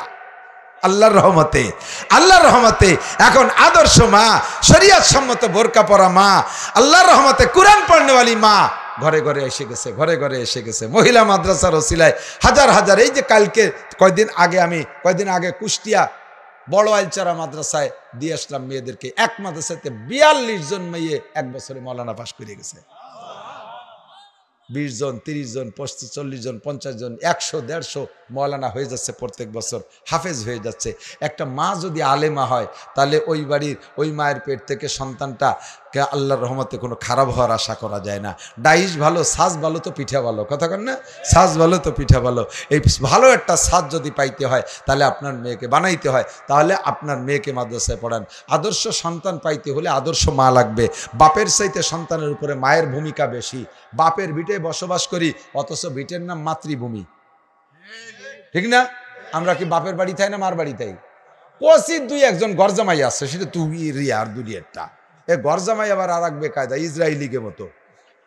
এগে যে পাওয়ার, শালা সুমিন্দি তাড়াই দেশে বাড়িতে, ও গেই মাতুব বাড়ি, এই ইসরায়েলিকে মতো। 2-1টা কচিত গরজামাই আছে, আর বাকি সবই তো আমরা বাপের ভিটে জন্ম, বাপের ভাষা, বাপের এলাকাতে ভাষা শিখছি, অথচ ভাষার নাম মাতৃভাষা, জমির নাম, ভূমির নাম মাতৃভূমি। বোঝা যায় যে সন্তানের উপরে মায়ের প্রভাব বেশি ভাষা শেখে মায়ের থেকে। বাপ তো বাইরে বাইরে থাকে, মা যা কয় ছেলে মেয়ে কিন্তু তাই শেখে, মায়ের ভাষা শেখে। এই জন্য মা যদি হয় আদর্শ মা, সন্তানও হবে আদর্শ সন্তান। মা যদি হয় আল্লাহ আলী কোরআন পড়নেওয়ালি, সন্তানও হবে আল্লাহ আলী কোরআন আল্লাহওয়ালা কোরআন পড়নেওয়ালা। আল্লাহ তাআলা আমাদের মাতৃজাতিকে সহি দিন শিকার তৌফিক দান করে, বলেন আমিন। এমনি ব্লাং ওয়াজ করে কাজ হবে না। কি যে ওয়াজ যা করি না, যে মেয়েদের রাগ করি, ধমক দেই, জাহান্নামের ভয় দেই, এদের কাজ বাড়ি একটা হবে না, সেদিন শেষ হয়ে গেছে। আমি যতটুকু ওয়াজ করি তার চেয়ে আমার বেশকি মারে বেশি। হুজুর এ গেল চিনি তোমার মতো বহুত হুজুর, সেদিন কে এক হুজুর আমাকে ভাষার দ্বারে বসে ফিটে খেয়ে গেল। কি কব, কর কায়দা আছে নাকি? আল্লাহ, আমার বাংলায় আমি কব, বুঝলি বুঝুক, না বুঝলি। আল্লাহু আকবার। তো এখন এদের এই মহিলাদেরকে ভালো বানানোর, চুলার আগুন, চুলায় আগুন, অনভিজ্ঞ মহিলা, নতুন বউ, ডাকাইলিয়া মাইয়া, গ্রামিয়া বিয়ে হয়েছে, এ তো চুলোয় রান্না অভ্যাস নাই, গ্যাসে রানছে, ওখানে গ্রামে এসে আলগা চুলায় রান্না করা লাগে, লাকড়ি দিয়ে, কাষ্ঠ দিয়ে চুলায় রান্না করতেছে। শেষমেশ তরকারি প্রায় শেষের দিক, আর 2 থেকে 3-5 মিনিট জাল দিলে রান্না হয়ে যাবে। ওর অনভিজ্ঞতা বশত অটুকের জন্য কটটুক লাকড়ি দেওয়া লাগে, ও 5-6 হাত বাঁশ একখান ধরাই দিছে। এই বাঁশের শেষ পর্যন্ত পোড়াতি যদি হয়, তাহলে ওই তরকারি থাকবে, কোড়ইতে আগুন ধরে যাবে, ঠিক না? এখন কি করতে হবে, তরকারি তো উপযুক্ত টাইমে নামাইতেই হবে, নামাইয়া আবার আগুনটা নিভে আসতে হবে না? বাঁশের এক মুখ চুলার ভিতরে, আর এক মুখ বেড়ার সাথে, রান্নাঘরের বেড়ার সাথে, ওই অবস্থায় রেখে যদি ঘরে চলে আসে, তাহলে ভাত খাওয়ার আগে বাড়ি ঘর খেয়ে ফেলবে না আগুন। এখন কি করতে হবে, আগুন নিবেতে, আগুন নিবেনের 2 পদ্ধতি, 2 পদ্ধতিতে আগুন নিবেন। যে একটা হলো লাকড়ি বাঁশটা ভিতরেই থাকবে, বালতি ধরে পানি ঢেলে দিতে হবে চুলোর ভিতরে। তো চুলোর ভিতরে জ্বলন্ত আগুনে যদি পানি ঢেলে দেয়, দেখবেন ধুমোয় দিয়ে ছাই দিয়ে ভুগলা মারিয়ে ওঠে। ও যদি মুখ বরাবর আসে, তাহলে অ্যাক্সিডেন্ট করবে, ওই অবস্থায় চালে লেগে গেলেও বিপদ আছে। তবে যদি মোটামুটি লক্ষ্য করে দেয়, তাহলে চুলোর আগুন নেবে। তো ওইভাবে পানি ঢেলে নিবেনও যায়, কিন্তু ধুমো টুমোতে ময়লা হয়ে যাবে ঘর। আর মুখ দিয়ে বাঁশখান রয়েছে, আপনি তো পানি ঢেলে দিয়ে চলে আসছেন, কিছুক্ষণ পরে ওই বাঁশের মাথায় ধুমো ধুমো আগুন থাকে, আস্তে আস্তে আস্তে আস্তে আবার ওই পানি শুকিয়ে যায়, আস্তে আস্তে আগুন তৈরি হবে। যেহেতু লাকড়ি রয়েছে ভিতরের থেকে, আবার নতুন করে আগুন তৈরি হয়ে বাঁশ দিয়ে বাইয়ে পুরো বাড়ি পোড়ায় ফেলতে পারে। এই পদ্ধতিতে আগুন নিবেইলে, এই নিবেনুর মধ্যে নিরাপত্তা 100 না। আর একটা পদ্ধতি আছে নিবেনু, সেই পদ্ধতিতে নিবেইলে 100% নিরাপত্তা। সেটা হলো পানি ফুনি ডালা লাগবে না, বাঁশখান্ডে বেরোয় ফেলো, বাঁশখান্ডে চুলার মুখ থেকে সরাইয়া বাইরে এক জায়গা নিয়ে ফেলাই দাও, তাতেই চুলার আগুন নিভে যাবে, আর থাকবে না। আমরা এই যে ওয়াজ করি, উপর দিয়ে ধম করে পানি মেরে দেই, সব জাহান্নামে যাবি, দোজখে যাবি, ইয়া হবে তা হবে, ধ্বংস হয়ে যাবি, এলো বালতি করে পানি মেরে দিছি। সময় সময় বুগলা মারিয়ে উঠে বক্তারে স্টেজে মাইর শুরু করে দেয়। সুন্দর কৌশল, মুহূর্তে বাস সরাই ফেলো। মেয়েদের সবাই সবকটার মাদ্রাসায় পড়াও, কমপক্ষে নুরানি প্রশিক্ষণও যদি পায় ছোটবেলায়, তাহলে ওই মাইয়া আইএ বিএমএ পাশ করলেও আল্লাহর রহমতে সরোয়ার্দি উদ্যানে ওই সমস্ত পার্কে পর্কে যাইয়া তসবি টিপাটি বিয়ে না, ওই সরপা কুয়ো কাটা সরের পাশ যাইয়া আকাম কুকাম করিয়ে বেড়াবে না, ওই রাতভর ফোন করি করবে না। কোনো মতে একটু নুরানি প্রশিক্ষণও যদি দিয়ে ছেড়ে দিয়ে যায়, এইটি হলো চুলার মুখ থেকে বাঁশ বের করে ফেলানো। কথা বলেন ঠিক কি ঠিক না? এছাড়া ভালো করার কোনো ব্যবস্থা নাই, ভালো করার কোনো ব্যবস্থা নাই। আপনাদের এই মহিলা মাদ্রাসাকে আল্লাহ তাআলা কবুল করুক, বলেন আমিন। ভালো ফলাফল আসতেছে কিনা এখান থেকে? মেয়েদের বোরকা দেখছেন না, ছোট্ট ছোট্ট মেয়েরা, মেধা খুব ভালো, এদের ব্রেন এত সুন্দর। মহিলা মেয়ে, আমার মেয়েটা মাত্র 1.5 বছরে হাফেজ হয়ে গেছে, 1.5 বছরে হাফেজ হয়ে গেছে। ছোট একটা ছোট মেয়া মাদ্রাসায় 2-3 দিন যাই আইসেই আমারে ইন্টারভিউ দেখতেছে। আমি কই, তুমি অজু শিখতেছো? কয় না, আমি তো অজু পারি, তোমার অজুর ভুল ধরতেছি। কি ভুল পাইছো? কয় তুমি 2টো ভুল করছো অজুতে। কি ভুল? কয় যে অজুতে 3 বার কুলি করা সুন্নাত, তুমি 7 বার কুলি করছো। দাবি করেন যে মা, আমি তো পান খাই, পান খা কুলি 3 কুলিতে হয় না। কয় তুমি তাহলে পানের কুলি আগে করো, অজু করার আগে তুমি পানের কুলি করে পরে অজুর জন্য তুমি 3 বার কুলি করবা। আমাকে থ্যাংক ইউ, সত্য কথা বলেছিস মা, এ ভুল স্বীকার করলাম, মেনে নিলাম। আর একটা কি কয় যে পায়ের আঙ্গুল হাতের ছোট আঙ্গুল দিয়ে নিচ দিয়ে খেলাল করতে, তুমি যে উপর দিয়েও করলে। তাই বললাম যে আমার তো পায়ের আঙ্গুল একটু বেঁকা বেঁকা, ওই একদিক দিয়ে হয় না, 2 দিক দিয়েই করছি মা। তুমি চেষ্টা করো নিচের দিকে একদিক দিয়ে খেলাল করবা। ছোট মানুষ মাত্র 2-3 দিন মাদ্রাসায় গেছে, এদের ব্রেন ভালো, এদের তো অন্য কোনো ঝামেলা নাই, মোবাইল টোবাইল নিয়ে ফিকির কম, কাজে ওরা শেখে ভালো। ছোট্ট ছোট্ট বাচ্চারা যখন বোরকা পরে হাঁটে, বলেন তো দুনিয়া এত ভালো পোশাক আর কিছু মনে হয়? যত পোশাক হোক এর চাইতে ভালো আর কোনো পোশাক মনে হয়? এই জন্য মেয়েদেরকে আদর্শ শিক্ষা দেন, কোরআন শিক্ষা দেন, মহিলা মাদ্রাসায় পড়ান। মাদ্রাসার জন্য আমরা যে যা পারি, এদিক এদিক ইসরায়েলের পক্ষে যারা, ইসরায়েলের দলে যারা, তারা আস্তে আস্তে চলে যান। আমি দেখি যে ইসরায়েলের কয়জন আছে এ জায়গা। আর ফিলিস্তিন আর গাজার পক্ষে যারা, তারা থাকেন। আর একান্ত পেশাব আসলি সৌদি আরবের পক্ষে আঙ্গুল দেয় চলে যাবেন, এক আঙ্গুল দেখাবেন, আমি বুঝবো যে এই মাদ্রাসায় 1000 টাকা দেবেন। 1000 টাকা দিয়ে আপনি পেশাব করে পাইকি পেশাবখানার মধ্যে শুয়ে থাকলে আপনার ডাকে জিজ্ঞেস করবো না, কারণ আমি টাকা পেয়ে গেছি, কোনো সমস্যা নেই। স্থায়ী কিছু আয়ের উৎস লাগে। আমরা পুরুষ মাদ্রাসা ছেলেদেরকে ছাড়িয়ে দিই, ঢাকা, খুলনা, চট্টগ্রাম, দেশ বিদেশ চষিয়ে নিয়ে এসে কালেকশন করে, পুরুষরা দলে দলে যায়। কিন্তু মহিলা মাদ্রাসার মেয়েরা তো আর হাটে বাজারে কালেকশন করতে যেতে পারবে না, বাড়ি বাড়ি কালেকশন করতে যেতে পারবে না। তো আমরা তৌফিক অনুযায়ী কমপক্ষে এদের আবাসিক যারা আছে, বোর্ডিং, লিল্লা বোর্ডিংয়ে থাকে, খানা খায়, বোর্ডিংয়ে খায়, অ্যাডভোকেট মিলন ভাই 1000 টাকা দিয়েছে।